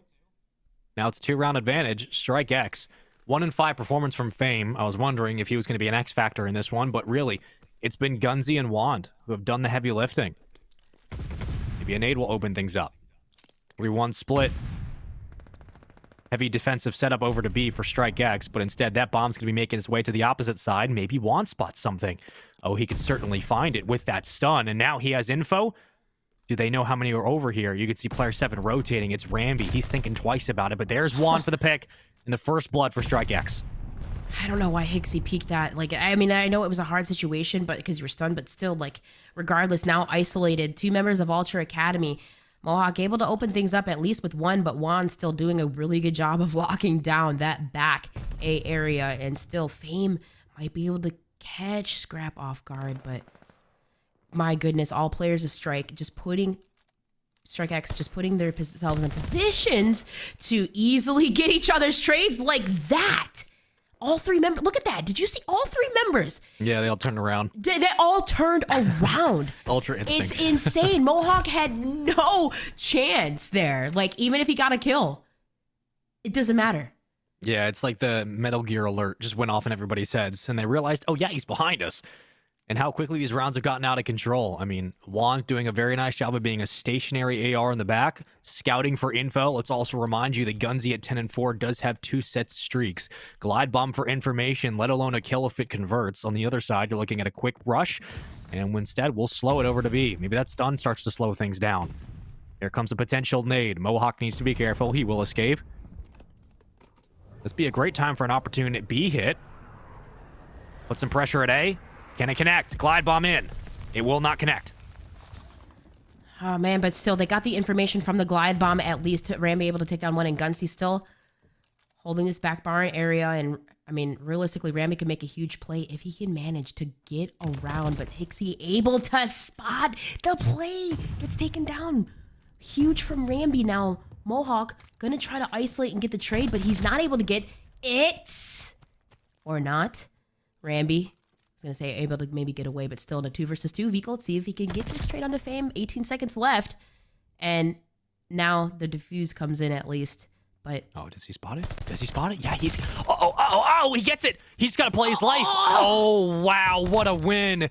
He does it. He plays his life. He gets there in time. Mohawk had to trust his teammate to not only stick it, but it's a guessing game. You're hoping you don't come over the riverbed or at least try to overextend behind the tower. I mean, that's a guessing game, and Strike X guessed correctly. That's the win, 6-2 in the S&D. oh my gosh, that happened so damn fast. That at first I thought they had it, and I was like, no, what? That was absolutely insane from Gunsy, man. Like that whole entire map, streaking out, doing everything it needed to do, and the coordination from Strike X is just unbelievably impressive right now. That's a 2-0 seriously, folks. We're following the same rhythm we had in Europe earlier today, right? Where we have a game 5 at 3-0, and then all of a sudden, oh my god, we are now sitting in a situation where a game 5 win in the last series now leads us to a potential 3-0 sweep. Strike X. Gunsy is insane. Like, the kid who had so much potential, who was never really able to crack outside the top 16 in tournaments, 9th through 16 consistently. All of a sudden, he's showing that with a competent squad around him, and that's been the story for a lot of these players coming into Season 2. You have the right squad, you get the best results, and so far it's been that. The dude had streaks, he had positioning, and Juan in the back as a primary AR was absolutely... he was awesome. That's all I got. He was awesome. Absolutely. No, and the way that they utilize their utility, I mean, ultimately, Ultra, you constantly kept seeing them get stunned, get naded. Like, Strike X was utilizing their utilities so well that it was just really, really hard to counter. And, you know, it seemed like unfortunate. I know Hixie didn't necessarily have the best performance. We said it earlier, like they needed to win their search and destroys. They needed to work their search and destroys. And Strike X, they needed to win their respawns. So now that they did just that, I honestly think that, my goodness, this is going to be a quick, clean 3-0. I don't want to say that because I know how good the Ultra Academy squad is. They just need to get their footing. But for Strike X, what a performance out of them. Gunsy, 11-5. Just instant, just crazy. Crazy stuff from them. And the first bloods to boot from their team alone. Look at that. 4, 3, 3, 1. Every round. This has been a typical 2-game stretch for Strike X, and not that there was insane expectations for the squad, because of course they had to qualify through, but just giving them credit where credit is due. They come into an opponent that on paper in game has oftentimes looked like the better squad. They're coming against an organization that oftentimes has been dominant because it's literally Toronto Ultra's Academy team, and there were a lot of expectations so far. I know it's only day 1 of week 1 of stage 2, but we got to give credit to Strike X for how well they've played that hardpoint, for how well they just played that S&D. And now we move into our map layout, which shows us the next upcoming control, where we had a discussion. If this team went up 2-0, the way they played on Gavutu in that hardpoint was basically 10 out of 10. If they do the same thing on Gavutu, if Fame can run with the sub, and if Wand and Gunsy and Rambi are playing as well as they are, because we expect maybe a 3 automaton setup, this Gavutu control could be absolutely filthy. Absolutely. And honestly, I'm just, like I said, I really, really, really, like, I was so obsessed with this Toronto Ultra, like, the squad when they first came out, because I was like, oh my god, like, I know how much they have dominated even Hixie last year, Vico last year, just from casting challengers. I saw what they brought to the table. I know these guys are good players. They just got to get that recipe for success. They gotta get the chemistry in, and realistically, once they work on that, hey, you never know. They might even just flip the script, like you said. This has happened every single time today, where we got to a control and they flipped the script, especially when we predicted, you know, the other team. But regardless, they got to do it right now. This is it. No more playing around. So when it comes, though, to the Gavutu, I even with Fame, like, if he has to pull up an AR and automaton, I expect to see him do that. Like, these guys, it doesn't matter what gun is in their hand, it feels like, for Strike X. They're just so good at adapting to each other. And, man, as long as they can keep that momentum going right here and adapt to their you know, situational, they're going to thrive. They're really going to thrive. Scary. They certainly will. I mean, S&Ds and controls, they help you win series. And more importantly, if you want to jump on a region's head quickly and establish who you are and where your ceiling is, StrikeX are doing it so far in these first 2 games. We're about to jump into Gavutu Control. It's going to be a fun one. We could follow up with 2 Tuskens back-to-back if needed, games 4 and 5 respectively if we get to that point. Toronto Ultra Academy have to turn things around in the slang department, in the respawn department. They have to be able to steal one of those if they want to get to a game 5, of course. At this moment in time, though, whether it's respawns, whether it's S&D, it just looks much cleaner from StrikeX, and that's very impressive considering this squad is kind of jumbled together, put together, made a run through the lower bracket, still got notable names like Trash Bros, but in the qualifying rounds, this was not a team that coming into Season 2, had you put them against the likes of a Toronto Ultra Academy roster, such as this, that maybe many would have said, oh yeah, they're going to 3-0 through the first couple of days. Like, all of a sudden, StrikeX looked like a dominant, formidable team in this North American bracket. Yep. Yeah, no, absolutely. And like I said, specifically for me, like I look at these players and I'm like, man, I knew they were going to be dominant in their search game because we just saw it happen. Like you do that against this Toronto Ultra squad, like that's a huge accomplishment. And regardless, like we know how powerhouse they are with that. This control, this respawn, this is going to be their playground. So Ultra, they got to take it. But man, like you can't count out just how well StrikeX has been slaying the first map, especially on the Gavutu. Like I personally I wasn't expecting it. I was not. No. And I'm starting to learn that whole the caster curse, or you know, just that whole being in that position where you think, man, you predict it and then it doesn't happen and you're like, whoa, completely mind blown. And that's the feeling. Exactly. That's what we do. That's what we do. But we know the game, but we can't predict anything. Like you are now officially one of us. Welcome. Yeah, it's fun.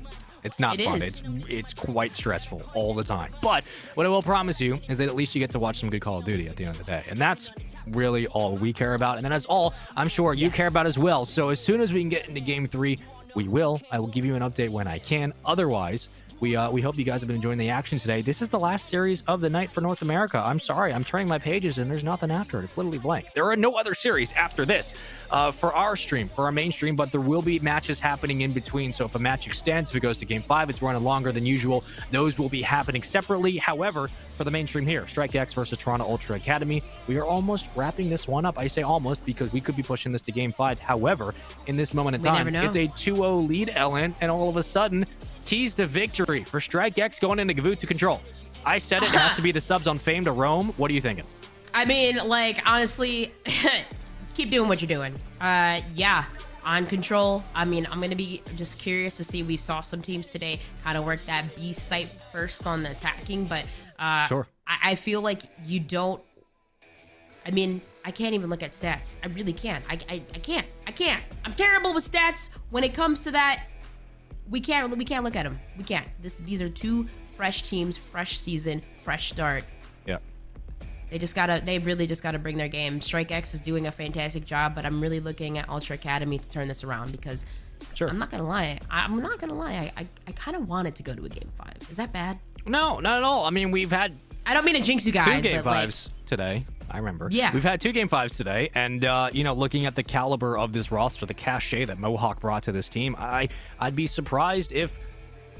be surprised if we didn't get to a Game 5. But with that said, I think the biggest thing really for me looking at how this team came together was, again, you're looking at a situation where it was Prolute, Spartan, Neptune, and Mohawk who were teaming at a point. And the fact that Mohawk steps away from that and says, yeah, I'm going to join Hixie, Scrappy, and VCool. Like that's a good team as well. People often don't give Hixie the props that he's due, and VCool, who is a champion and a championship winner from Europe for Mavericks last season in Cold War. Like these are guys who have proved themselves in their own respective regions, and Hixie and VCool made the jump to North America. Like yeah, they have what it takes. You have 3 champions on this roster alone. Like that's what's impressive to me. So like you have VCool, you have Mohawk. 2 champions on this roster. Like that's just impressive to me. I think this is a good team, and one day maybe they don't play so well, but in general, don't sleep on the squad. Okay, don't sleep. I'm just saying. No, for sure. I believe that if anybody's gonna bring it back, of course it's gonna be this squad, but I just really worry about their slaying power right now. That's where I'm gonna be looking at what they need to win for their key to victory. Slay. Win your ones. Yes. put yourself maybe in a position, like maybe get those sneaky plays to where you can set up to trap the enemy, but like you got to slay to do that. Slay. So, slay. That's my key to Shoot victory. back, moron, is what my teammates would tell me to do. And I never did, and that's why I'm a caster. Here we go. Control on Gavutu. It's a 2-0 series lead. Strike X jumping into Gavutu control. You heard it, game 3 here on your screens in this best of 5. Final series of the night here on the mainstream for North America. The players were just arguing about something that players always argue about, and now we're ready to go. Let's get into the action. Ellen, I'm excited to see how this one plays out. If we get 40-50% of what we got from the hard point for Strike X in terms of efficiency and consistency, oh my god, it's gonna be a scary one for Toronto Ultra Academy. Oh yeah, for sure. Because it, like, again, once this team gets set up, they really just run away with the lead. And man, off the break, like, they don't even seem like they're playing around. They're instantly going for that A site. You see Strike X working working their way towards A. Wand coming in hot with that first blood. But yeah, again, it's just once they get going, they really steal it away the lead with this. So realistically, the only one to stop the bleeding here would be Scrap. But again, it's already set up. They're already set up for success at A. And realistically, the name of the game is to slay. Yep. 3 cheeky kills. The blinders are on. Here comes Gunzy flying right up the gut, and he's going to win his initial. Unfortunately, we'll get taken out by the barrel, but nonetheless, you trade a couple, you give a couple, you get a couple. 1:09 to go. We stop the clock as we get our feet onto A, but here comes Juan, and unfortunately, he will fall. It's the pressure from Ultra Academy to get it in on the defensive end and try to clear out the point for the moment, but they haven't been able to handle Fame. Finally, he will drop, and here comes Scrap up the ladder. There goes Juan, there goes the pressure, and there goes the hole for the defensive side of Ultra. Yeah, and realistically, like, the one who led the charge on that was Hixie. Like, he actually worked a play to flank around through middle and came around behind 2 members of Strike X. So beautiful plays to just recognize and to play for a pinch. Well executed by Ultra. So now they could remain in control here, but you see somebody over at Strike X, I was gonna say, try to capture B, but Ultra Academy in a great position to set up. All they need to do essentially is take down Fame, and they can be set up for success here as they have members of Strike X trapped at the beach, but Fame able to open up the charge, might be able to lead it over at B. We finally crossed the 10-kill mark for both teams. We were sitting around 20 for a bit of time. And now it looks like Fame going to be more than eager to take on this fight against Scrappy. Scrappy lets a nade fly, and Hixie's nade will do the dirty work to connect. Ramby finds 2, and it's now all white in the kill feed. 17 seconds to go, but you got to get yourself onto a point, and we might push our attention over to B. If that is the case, you need reinforcements here, because 1 contest from Ultra, this game's probably done, but luckily on the other side, Fame opens things up nicely. He's able to get onto A. Yeah, and look at this, simultaneously capturing A and B. Like, this is actually really bad if you're Ultra Academy, but still at least able to stop the bleeding over at B. But Strike X over here at A, you see Wand, you see Ramby kind of running around that beach side, deferring a distraction over here, and Vehicle trying to find Ramby, but Ramby doing a very good job at maybe just stopping and splitting up the push. Easy capture and extending the time now. 1:10 left, and Strike X is gonna have to work their way towards B. The play here is to maybe control LST ship and work a push through and isolate members of Ultra Academy, that back green area, but you gotta be able to be in a position to do so first.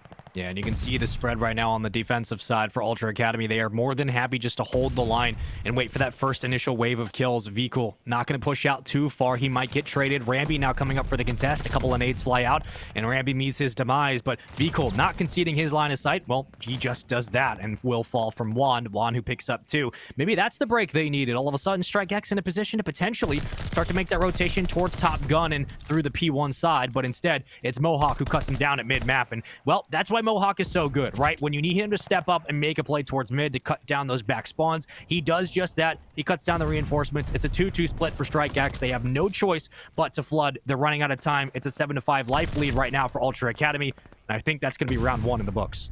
Yeah, and beautiful stop in from Scrap as well, and you got Hixie there to follow, so that is it for sure. No way. Strike X does fall, but that was looking scary at one point because they were simultaneously capturing that was very scary, but Ultra able to hold on. And yeah, you're right. Mohawk really, really big plays on that ridge side there. Able to push up, isolate, and trap Strike X in the back beach side. And that was really the name of the game. If you got somebody pushed up P1, you got somebody pushed up that ridge side, it's so easy to trap in that back beach area in that corner, essentially behind P3, 4, excuse me. And yeah. Great stuff from Ultra Academy. They needed to slay, and that's exactly what happened. So Mohawk and Hixie already opening things up, trying to split the push to A, push to B, and it is Gunsy, of course, again with the stop, but still, Ultra Academy forcing their efforts at A still do get slayed out by the members of Strike X. And luckily for Ultra Academy, I mean, you get a spawn in the back, so you can decide to start pushing over towards the beachfront if you want to commit to B.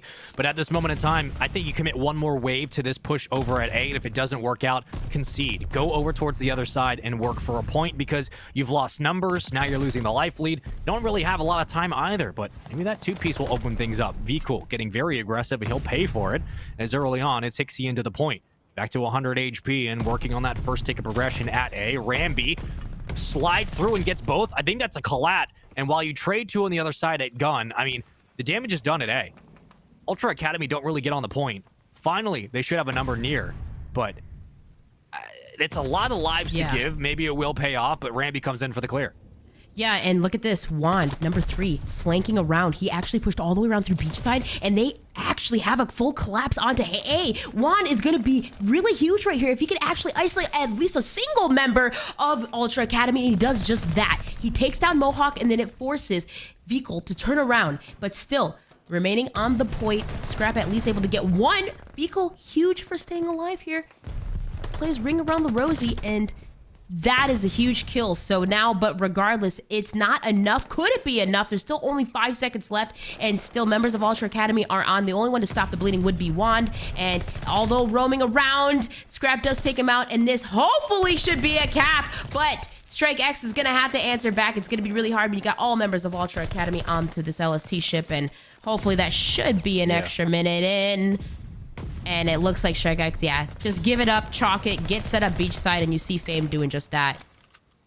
Yeah, you've lost positioning. There's no reason to give up more lives with it as well, because you had the lead at 15-14. Now it's tied up 13-all. So in this situation with a minute to go, you're forcing 2 hits from Ultra Academy through the beach or through that back P5. If it doesn't work out, you hold spawns, you win this round, you tie the game 1-1. For now, it's up to Mohawk to respond, and Fame wins a big gunfight because Mohawk's out of position, and it leaves everybody else kind of on their lonesome to have to make up something in the middle of the top gun. But number 7, who just spawned out, that's Mohawk again. He's in the same spot. So as long as you don't concede your position here from Fame and you have someone else to follow up potentially for a trade like Juan just did, it's going to slow the push from the front with 30 seconds to go. A couple of nades fly out, but Gunsy's certainly aware of that situation, trying to get in a spot to take down Scrappy. He won't. Ultra Academy have a chance, but you're looking at one potential break, and this round might be over. Yeah, absolutely. And 16 seconds left. Scrap might be able to make a huge play here if he can actually isolate a couple of members of Strike X. And that is huge. That is huge for Fame. I was going to say huge kill. Scrap does take him down. So now Ultra Academy may be able to push in through the front. There is 4 seconds left, but still, you got to look at the lives. 5 lives remain. Juan does take down one. Now it's evening up the odds, but that seems to be it. The only real person that could have made the play, I was going to say, was number 6, but nah.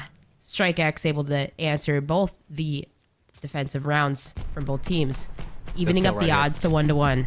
Yep, that kill right there. They just needed to get him off the point. That was it. But man, that could have been really, really crazy, because even for Ultra Academy to get to stop that push, at one point it was Fame. Fame, like you said, getting himself in positions to where he's flanking around or playing for a pinch. They did that so well when it came to that A site, at least, to try to isolate these members of Ultra Academy. But as we go into this side and attacking, I don't know. This is kind of the same thing, right? You see Rambi splitting it up, getting that P1 control, and all members of Strike X going towards A. And Sean, my goodness, Ultra's doing a fantastic job this side around, at least in terms of the slaying department. Much better from them. Yep. Both defenses have really gotten it done. Scrappy leading charge at 17 and 13, respectively. Juan on the other side. The only one getting close to 20 for his side of the things, but Gunsy, who had a great game too, has certainly slowed down. as Ramby's going to try to work his way into things. Flying towards the B side of the map. Things quietly slow down, but you're more than happy to do that if you're Ultra Academy, because again, you just have to defend point after point. Throw a couple of bodies at it, get some trades, and you're looking good, but Fame quickly predicts both. Juan's now on the top part of the boat, and that's 4 dead. So as things kind of just worked their way out of a knot, all of a sudden, you have pressure on A, and I think you commit these resources here. You try to get this full cap and put a minute on the board. Yeah, and Fame doesn't even need to move. Like, essentially, he's pushed up. All he needs to do is play for kills. And Gunsy, I mean, of course, that will help. Getting kills over at B and splitting the push. Now, Fame is in a position to potentially make crazy, crazy chaos right now. He hears one member of Ultra Academy, and now here it starts. He does take down Scrap. And now Juan with the follow-up on Vehicle. So now, this is terrible with the follow-up on Hixie. So really, Mohawk is the only one that could stop it here. And as you see, Ultra Academy kind of getting these crazy spawns. Mohawk is pushed up the front. That is the best scenario here, is kind of make your teammates spawn a little bit closer to the point. To do that, you got to push forward. You got to zone forward. And Mohawk is doing just that. So now, really, realistically, Juan would be the one to shut him down. And he's going to have to essentially stay alive here. Well, you have the lives to give as well. It's 18-12. A minute to go. And while it hasn't been the cleanest offense, I mean, now you have to really start committing, because you don't want to let this get down to around 30 seconds where you're having to panic to get onto the point. Maybe it comes up to Ramby to try to make something happen in the back and, like, almost like a coordinated attack. Ramby moves up first, then maybe Gunsy and Fame do the same thing, but you have to make a decision. You've burned about 15 seconds. No one's advanced at all. Player number 4 is Ramby. Maybe he starts moving. This is a lot of time to kill with these many lives. Like, you have some to burn, some to give away, and some to trade. Ramby needs to make this move 20 seconds earlier. Now he moves through. They're going to have to play through the back. It's going to come down to Ramby, 19 and 16, but can he find anything on the opening? Wand and Fame do their job. Ramby can't find the kill, and too little, too late. The spawns are there for Ultra Academy. Luckily, Wand is beaming, but he has to stay alive. 14 seconds to go. They got to get on the point. This was a bit of a blunder on the offensive end. Oh, no, it really was. But at the same time, like, they were also very, very close, essentially, to getting that. The person that really saved it for them, for Ultra Academy, was Vehicle. He stayed alive long enough, and he hit essentially inside that point. Like, he stayed alive long enough for Mohawk to come around through the back for his teammates to help him out. So, kind of like catching, I believe that was Ramby. Ramby was, like you said, he needed to move faster. Ramby did get a couple of kills, but members of Ultra Academy spawned right behind him, and it was Vehicle that stayed alive. Had Vehicle died right there, Ramby would have been able to just flood onto the point, and Strike X could have easily probably captured that, because an Ultra Academy would have been funneled into one lane. But great plays from Vehicle staying alive, and now leading the charge. You see Vehicle going towards that A site. This is great plays from Ultra just in that last round. So hopefully carrying the momentum here, they can take it on this attacking side, because we know that it is harder to attack than it is to defend. So this is a must win if you're Strike X. Well, the indecisiveness from Strike X really bit him in the back in that last round. I mean, this could have very easily been a 2-1 control game in their favor. They would have been closing this one out potentially. But that's 3 kills in a row. Ultra Academy not wasting any time to get themselves on the board. 29-27, a lot to give and a lot to play through, but Gunsy able to shut down and hunt down Hixie. Member still on the point, though. Ultra immediately on to A. Work on 50% on that second tick. It's 2 stacking, as Vehicle will be inside. On the outskirts, it's Mohawk, Scrappy as well. And now we look at the rotation through Top Gun. Mohawk's been in this position before, and he's been able to win maybe 40-45% of the battles. So far, Gunsy with a 2-piece to open things up. Do you even try to contest this anymore? You lost the life lead. Just play for B at this point. Yeah, no, absolutely. Like, you don't want to throw lives, but at the same time, it seems like Strike X just really doesn't want to lose that map control, right? They just want to trap Ultra Academy when they know the members are capping that point and isolate them. But still, you see all members of Ultra Academy set up at that LST ship, trying to push through and essentially take down the members of Strike X and, again, isolate and funnel them to that back green area. But still, Fame spawns up, and now you have Vehicle back there. Scrap trying to help him out, take control of this side of the back green area. But regardless, look at Strike X. 2 members of their team are pushed up P1 and kind of doing the same thing on the opposition side. Not only that, I mean, Ultra has streaks. VCool has both sets. So you get 2 players in position to find a kill or 2, playing on 4-on-2 off spawns at that point, and then you use streaks to open up the point. They can absolutely get to B. This is a winnable round on offense for Ultra Academy. Tied up 17-all. Gunzy, gunned. Mohawk wins that one. Wand playing through top gun. Look at the spread right now for Ultra on your minimap. 3-1 heavy. It's going to be VCool trying to pull some of the action away at boat, but now you need to start pushing the issue a little bit more, because if you lose that mid-map pressure, you're going to get pushed back into spawn, and we're going to go to a round number 5. Wand, luckily with Gunzy and Fame there, can stay alive, but I don't know how long it's going to last. No, absolutely, because like you said, 35 seconds left. You got the lives, 15 to 14. Fame does so well staying alive, but members of Ultra Academy do isolate him out, and now the push is going to come forward, but still a lot weighs on Gunzy, and here's the streak that you mentioned, Scrap using it up to open up at least one of these members. He does take down Gunzy, and now they have to push forward fast. And there it is. There's the push. A lot.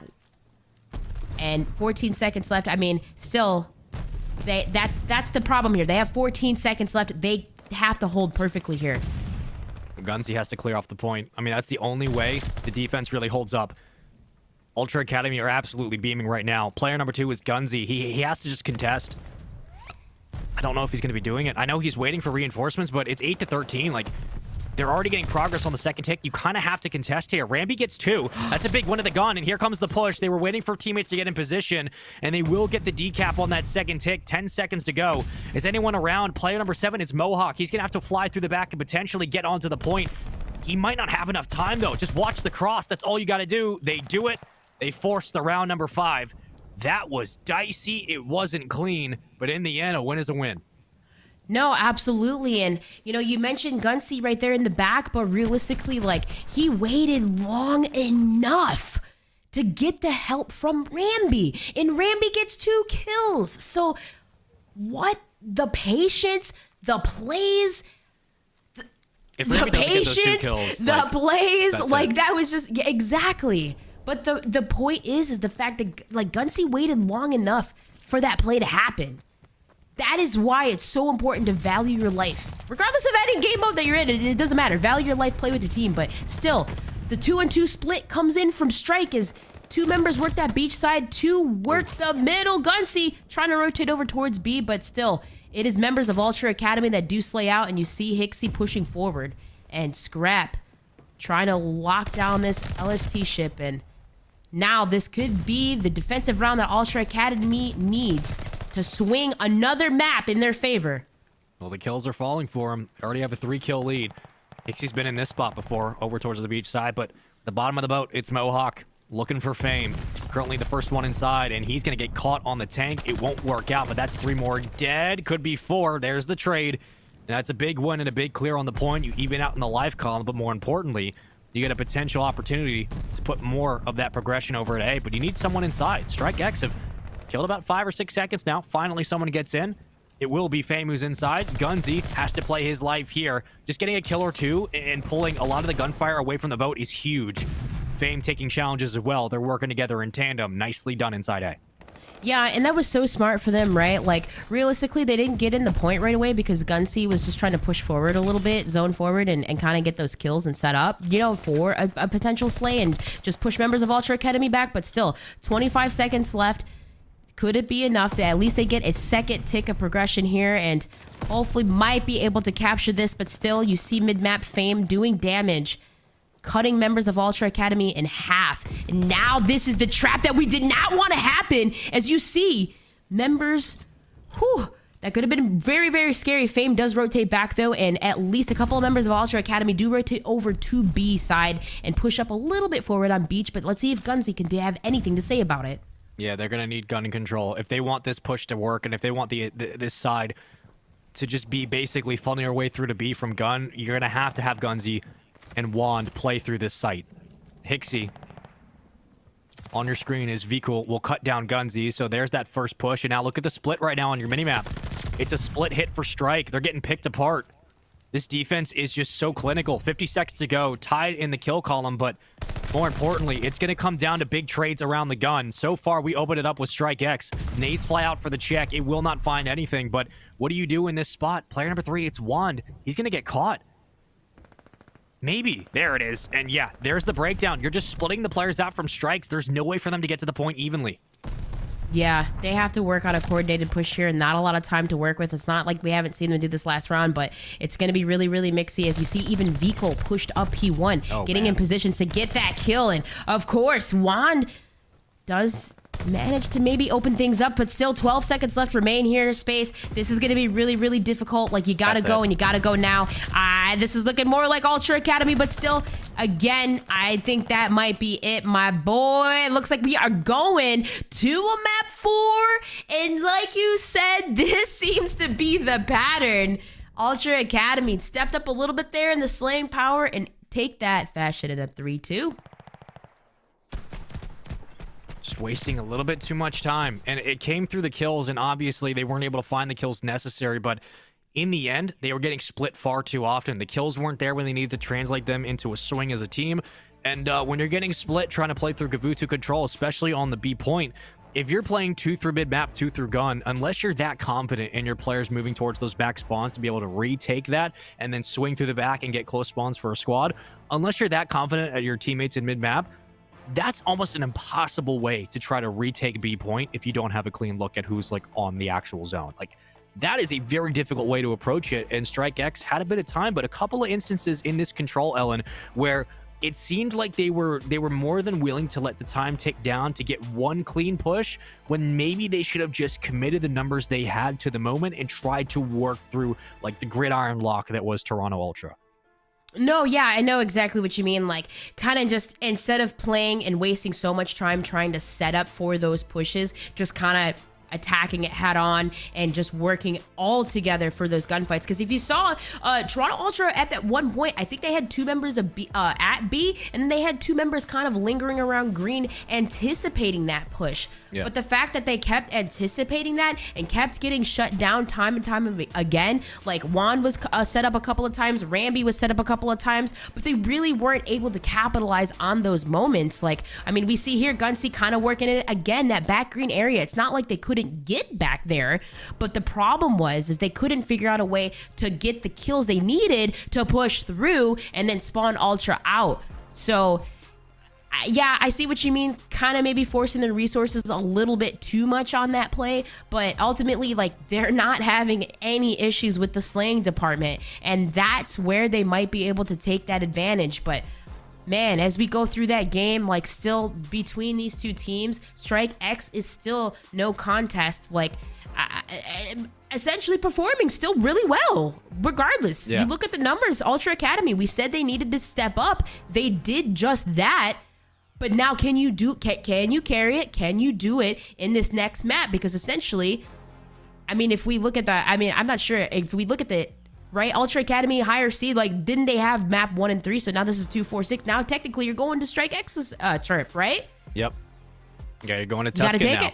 You're going to Tuscan, where in that hard point, it's going to again come down to Mohawk and Hixie, really. And Vico certainly stepped up, but Hixie had a much better performance at 30 and 32. He did what he had to in the non-traded kill department, but in general, this was a huge win, obviously for series sake for Toronto Ultra Academy, but in general for the series as itself, they needed some confidence because this team is far too good for the performances they had in game 1 and the S&D they had in that game 2. But looking at it as a whole, there was a lot of just small inconsistencies. Regardless, it seemed that Strike X were sometimes maybe overthinking things. Now, going to a map pool combo that certainly favors them in the latter half of this series and potentially ones they picked themselves, I believe it is Tuscan. Let's take a look at the map layout, because if that is the case, this could be a very, very, very scrappy, no pun intended, following matchup where on Tuscan, you can get very, very interesting with how you break some of these hardpoint holds. And if that is the case, and your ARs like Fame and Wand can sit back in some of these hills and just laser beam like they've done before,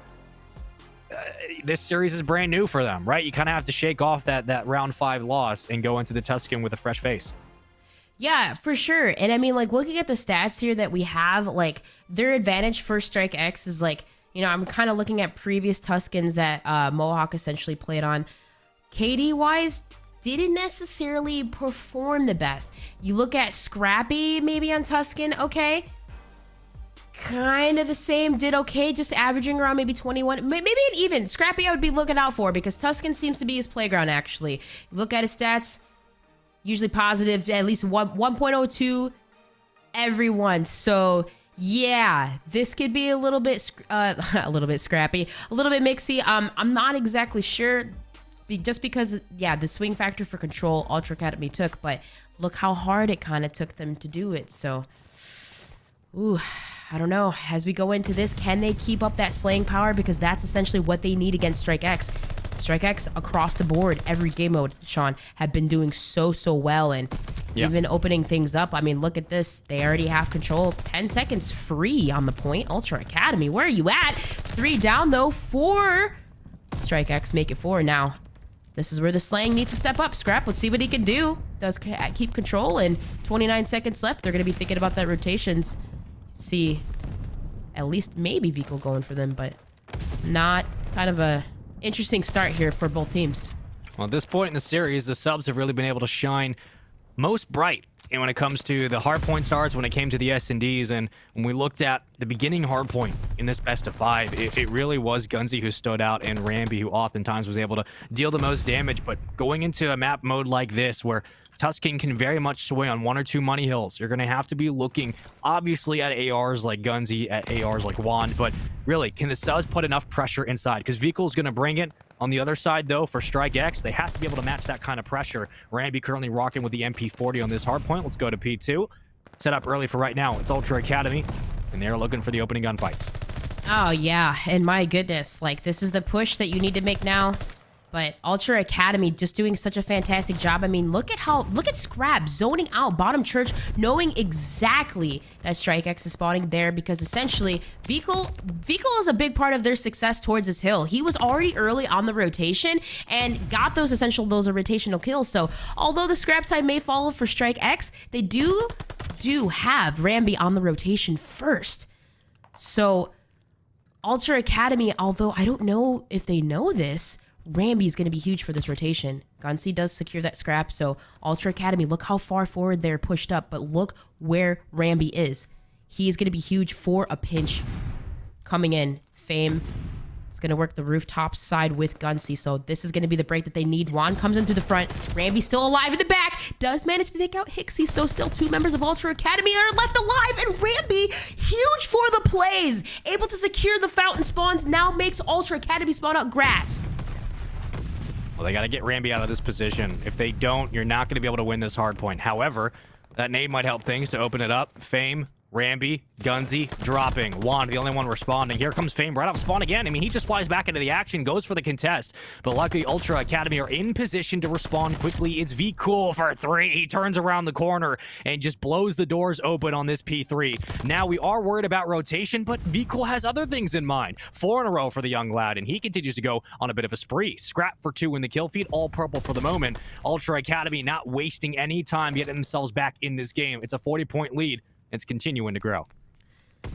Not if Rambi has anything to say about it, because man, were those rotational kills crazy, but still, it is Mohawk on the point. 3 down for Strike X, and now it's Ultra Academy who's just taken away with this lead, about to hit that 100-point mark. And my goodness, I mean, if you're Strike X, this is going to be really, really mixy, but you got to make a play if you're Fame, and you do just that. So still from the front and from the back, Strike X able to secure this time.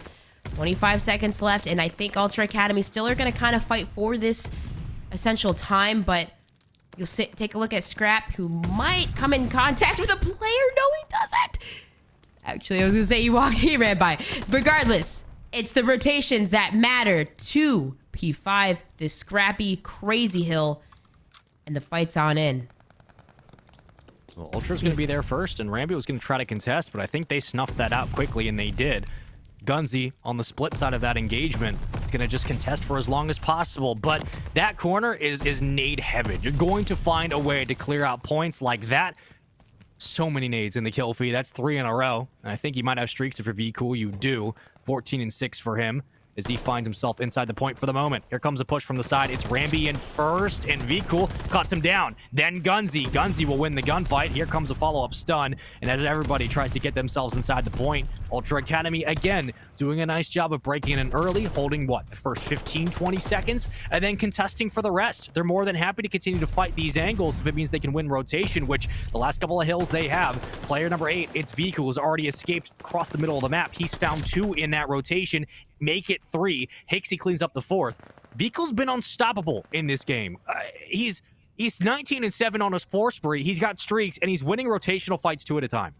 Yeah, absolutely. Like, completely turning it up. And let's see if he can win another one. And indeed, he does. Now that's 5. Like you said, he's got streaks, but Ultra Academy, just amazing stuff from them. But Fame, he's going to try to work his way through the middle. And again, it gets shut down. So really in the slaying department, Scrap is doing a fantastic job. He gets 3, make it 4. Oh my goodness, he's on a 6 spree, 21-10 for him. So realistically, one more kill will earn him the glide bomb. And Ultra Academy just doing such a fantastic job at slaying, and there's the glide, there's the contest, but Scrap finally does get taken down. And man, Strike, if you're Strike X, you gotta figure out a way to shut down these ARs, but still, the pinches still come through. Ultra Academy trying to push through this hill. If Strike X, if they're gonna bring it back, they could do it.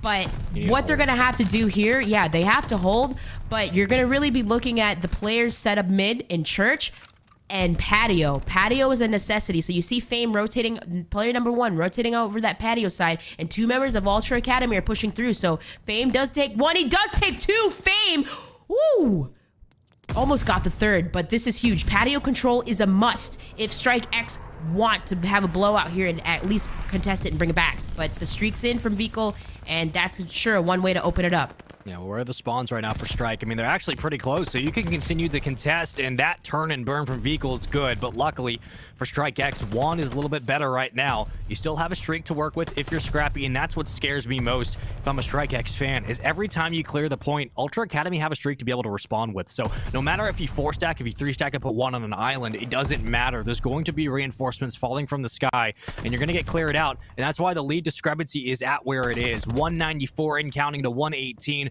Ultra Academy will be the first team to cross 200 points on Tuscan Hardpoint. And now we move again to our rotation over towards P3. And in this situation, with this being our second set of hills, Ultra Academy can put this game away here. You have to find a way to get a full 60 and bait out a couple of streaks, survive through it, and find the team wipe after. Strike X need to have a perfect hardpoint hold from now on. No, absolutely, because this is where things can get scary. Fame and Juan just went huge for those rotational kills, but Ultra Academy do have to funnel into 1, maybe 2 lanes right here, and they do manage to get the kills. Hixie goes crazy for the 3. Scrap may be able to get the help from, I was going to say, the help from vCool does happen, but wait! Their team kill comes in from Mohawk! What just happened? Now members of Ultra Academy did fall off the point. At least Mohawk does get the kill to not secure the scrap time, but Gunzi is there to secure that final 10 seconds, and Mohawk's going to try to cut down the mid-map, but still, the fight is on really on these back church spawns and won by Ultra Academy. That was looking really scary right there for just a second. Maybe that's the last 5 or so seconds that you got to give up because you got to hit that rotation and get inside the point. Here comes another streak. It's Scrap. Oh no, he finds Rambi. Okay, so there's an initial, and there's the follow-up from Hixie. That actually works out quite well for Ultra Academy, and luckily Hixie's good enough for another. He continues to go and just roam and roam. He will get cut down, but with all that said and done, the pressure inside from Ultra Academy was pretty much flawless. Now it just comes down to winning these scrappy gunfights, and with that, that's where Strike X actually kind of thrive. They need to continue to hold this 20. I'd give up at about 15 seconds, pull players off the point, put 1 more into contest. But you need to be worried about the next rotation. That's 3 nades in a row. Ellen, they can't afford to lose those spawns. No, absolutely correct. And man, Mohawk has been crazy with these nades. It just seems like Strike X is always just kind of working for that scrap time, and this is huge for Scrap. Speaking of which, if you are him and does secure 2 kills on that rotation that you were speaking of, and now Juan does fall as well. So if Strike X had a chance to come back really and steal away with the lead, it was to happen right there, really. And Scrap doing a fine job of just playing his life, playing patient, and this is really, if you're Strike X, you got to work a coordinated pinch, but still, it's Ultra Academy just shutting it down from the front, from the back, doing a fantastic job in the slaying department. Definitely this time around, this could be the win right here if you hold. Rambi took 10 seconds to hit a long flank, and he died in the process. Like, that's the end of the game there. If he hits that flank, we have a different story. But at this point in time, you're not going to lose this hold. It's just been a bloodbath inside the hard point. That's going to be game 5. Ultra Academy clutch up. They get it done. They outslay their way through the situation, and they absolutely put on a clinic in this game 4. Tuscan Hardpoint was brutal to Strike X, but for Ultra Academy, it was key to get them to an S&D. I mean, I don't want to say it, Sean, but pretty crazy stuff, right? I mean, Ultra nutty. Academy, we literally think from this squad, we know the expectations, the potential that this squad has. And Yes. to start off the fashion that they did 0-2, it just didn't seem right? Like, Yeah. I know I didn't mean to like cast or curse or jinx anybody, but like I expected the squad to come out hot, but then just to turn it around, that's all it takes is that swing map, that map 3.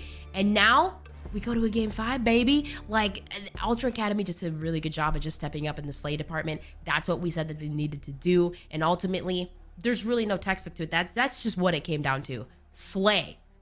And they did that, man. They did it. Yeah, they certainly did, and they were just efficient in every single hard point. I mean, how many times did it come down early on to, Vikul finding a big 2-piece, 3-piece, but they were able to keep it scrappy, keep it contested. Their subs really lit up, and that was the factor going in. I said that the subs had to come out and slay. They did just that. The subs were going to be the win or lose condition for this squad. They were able to light up. Vikul was basically a guaranteed 5-piece every single time. And then when the hill started to get a little bit more contested, you had nades flying in.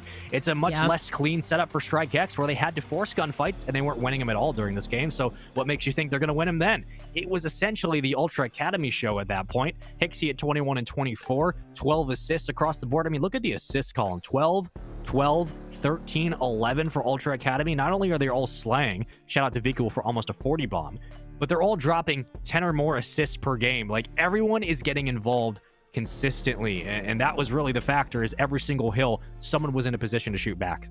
Oh, absolutely. Like, and from the beginning, we saw Vikul on those early rotations. So not only are you slaying like crazy out of your mind and getting 3 pieces every time that we spectate you, but you're also rotating early and essentially doing the dirty work for the team. Scrap, same thing.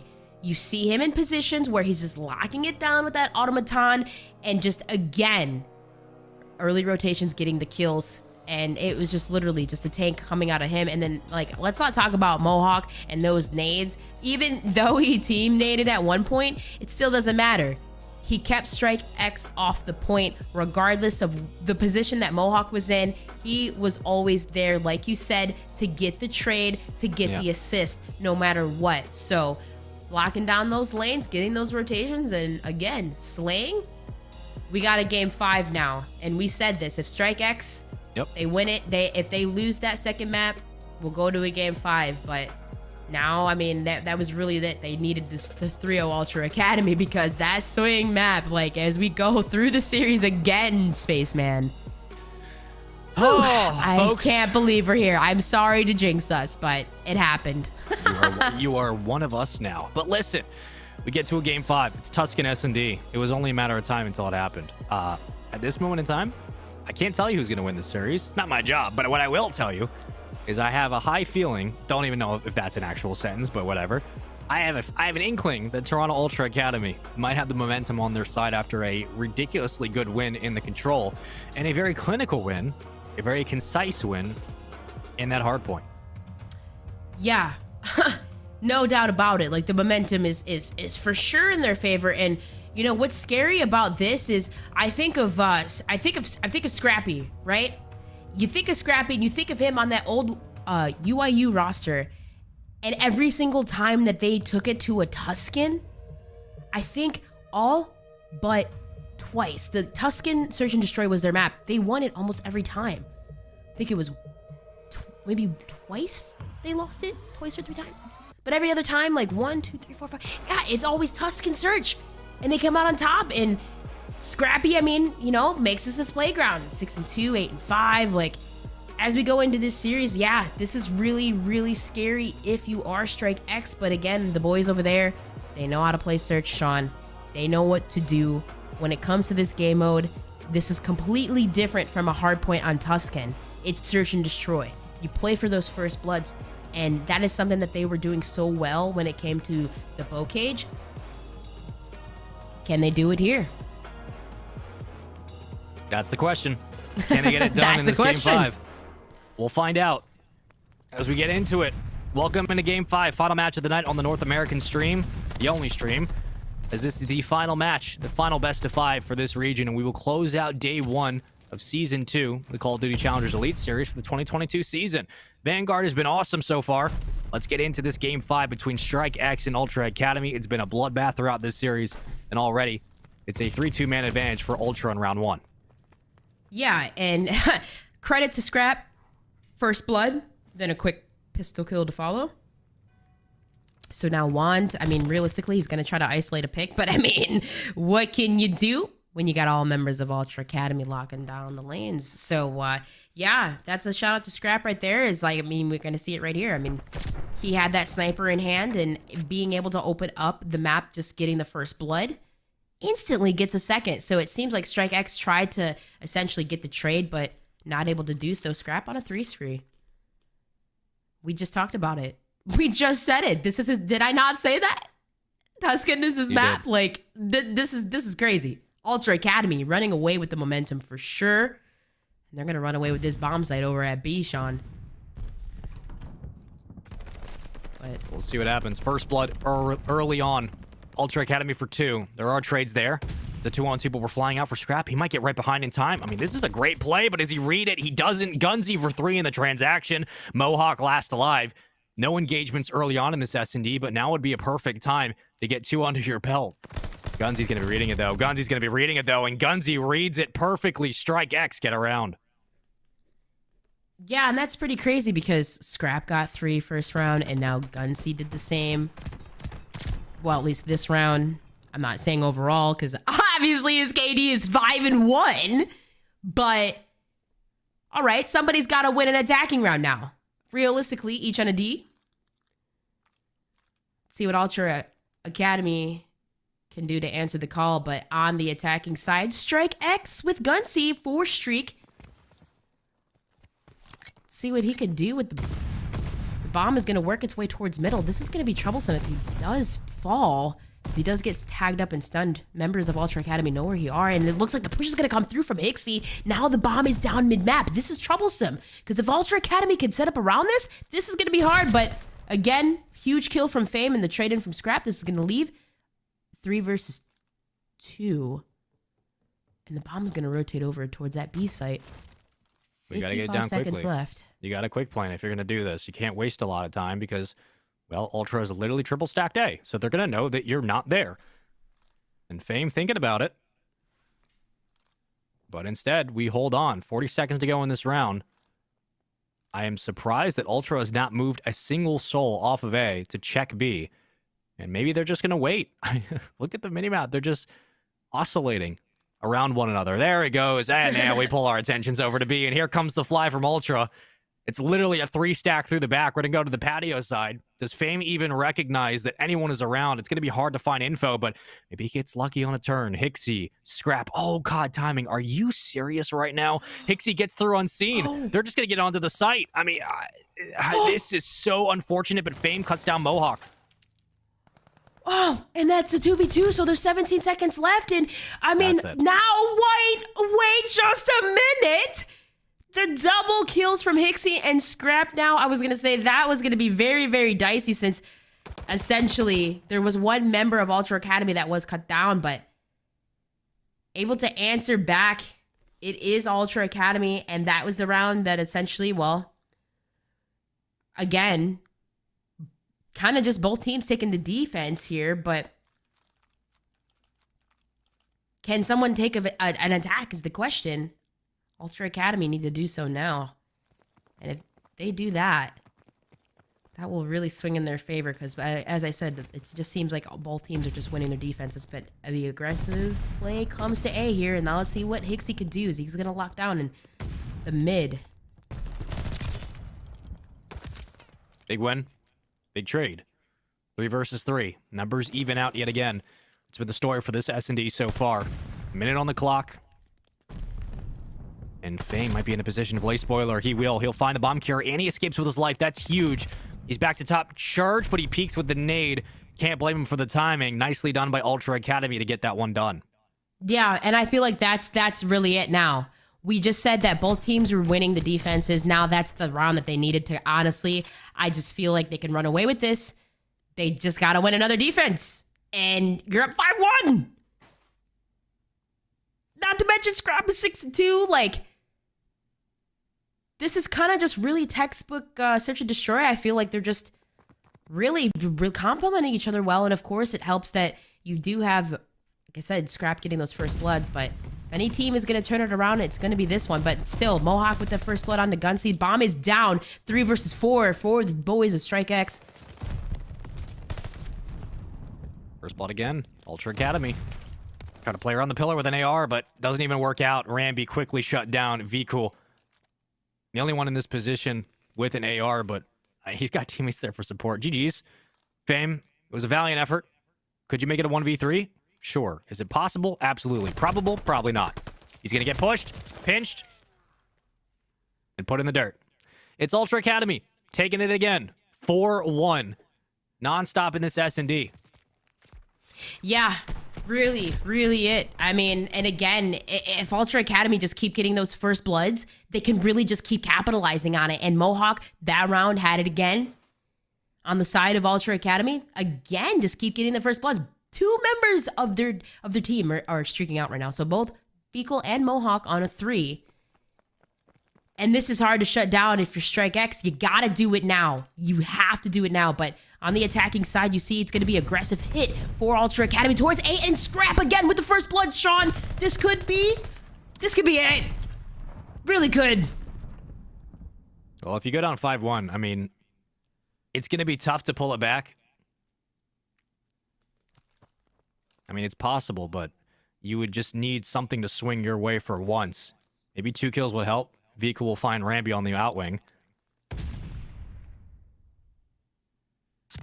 And that's a gunfight that you have to win if you want to stay alive. You're going to get caught. Big win by Fame, but still it's a 1v3. The bomb is going down. You have to worry about that as well. You got 44 seconds to find 3 kills and get a defuse. Fame now on the hunt. This is tough. And, I mean, you shoot. All members of Ultra know exactly where you are. And, of course, they're in trading positions. They know what they're doing. They really ran away with this. And I'm honestly surprised that we're here, might I say, because my prediction from the beginning, like, I know what Strike X obviously needed to do to win. Like, it's amazing that they took them here. And I thought, man, if they do take Ultra Academy here, they would come out with the hot. But it seems like just Ultra Academy just really, like, again, they just stepped up with the slaying. Scrap is really just opening it up for them. But Strike X, this is it. You got to win this round. Let's see what he could do. Is he on the bomb? But again, Rambi does open up with the first blood, and still, it is Mohawk who can make a play here as he's kind of wrapping it around Juan who can make a play here as he's just kind of wrapping it around and the bomb not exactly going down 2 versus 2. It's not too little too late. Get a 1. You're going to have to worry about Mohawk at this point.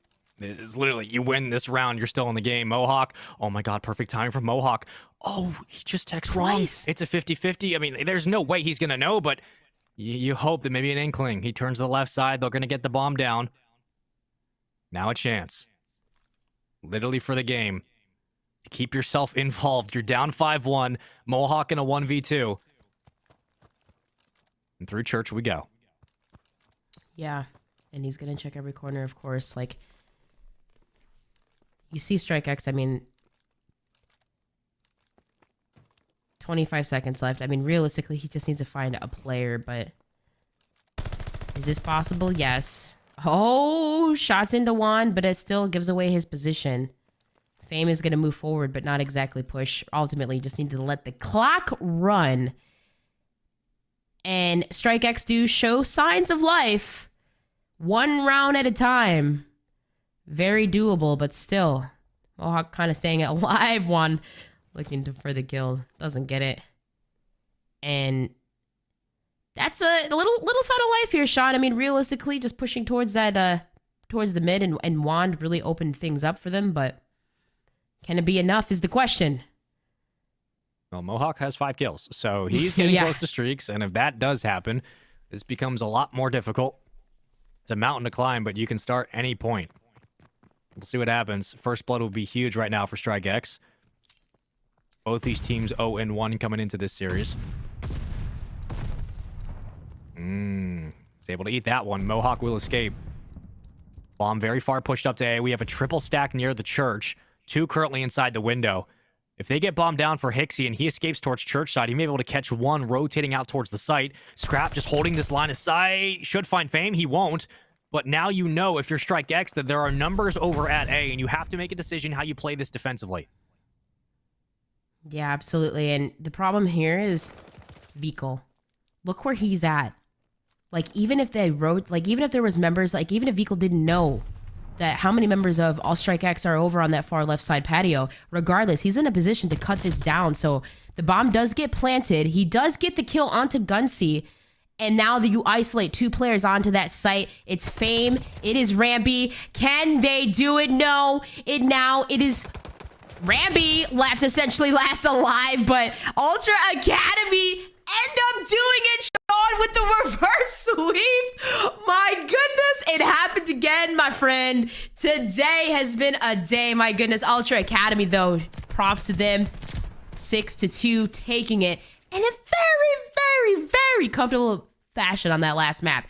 What a game for Scrap. What a game for Mohawk, Vikal. Wow. All members of Ultra did fantastic to clutch up for the win there. Yeah. Slay, baby. Slay. Clinical in the end. The reverse sweep was certainly good, and congratulations to Toronto Ultra Academy for getting it done, right? Like, they had to fight their way back through a control, through a hard point, 6-2 in the S&D. Pretty straightforward, honestly, in the end of this series. It just seemed that StrikeX kind of ran out of momentum once they ended up losing that control, and sometimes it just happens. But in this situation, Ellen, what was the takeaway for the last part of this series? Yeah, I mean, honestly, it's just been so crazy. Like, and out of all the rosters, like, we would expect Ultra Academy to do something like this, of course. Like, I mean, come on, man. That's really, like, coming off that first map, I know that, like, that set the fire in them. And then that second one, it's like, this squad really, with their backs against the wall, they just did it. And my goodness, props to Scrap. I just feel like a lot of the slaying power from the ARs really stepping it up from that first map, Sean, like, that's really just what set the pace. Like, those ARs really stepped it up. And then Vikal, of course, playing so smart in the best positions possible, like, to turn it around for them. Yeah, it was pretty good. I can't lie to you. It was pretty damn good. Pretty but damn is good. A full series, Ellen. That is a full 3-2 win for Toronto Ultra Academy. So congratulations, Toronto Ultra Academy, for both sides in both regions getting the job done. They clutch up. Europe got a 3-0. North America got a 3-2. But that is a full day of games on the board. Season 2 kicking off hot with 1-3-0, but everything else went to game 5s. Like, I think that that's only fair that we go the distance for a lot of these matchups, and I'm sure that these are going to get more interesting as the series and the days go on. But for day 1 of Season 2, how you feeling as we have 4 series, 2 different regions under our belt? I mean, I'm feeling great. Like I said, I went to the major this past weekend, and those were exciting to watch. Like, Vanguard itself, for me, just makes me so excited.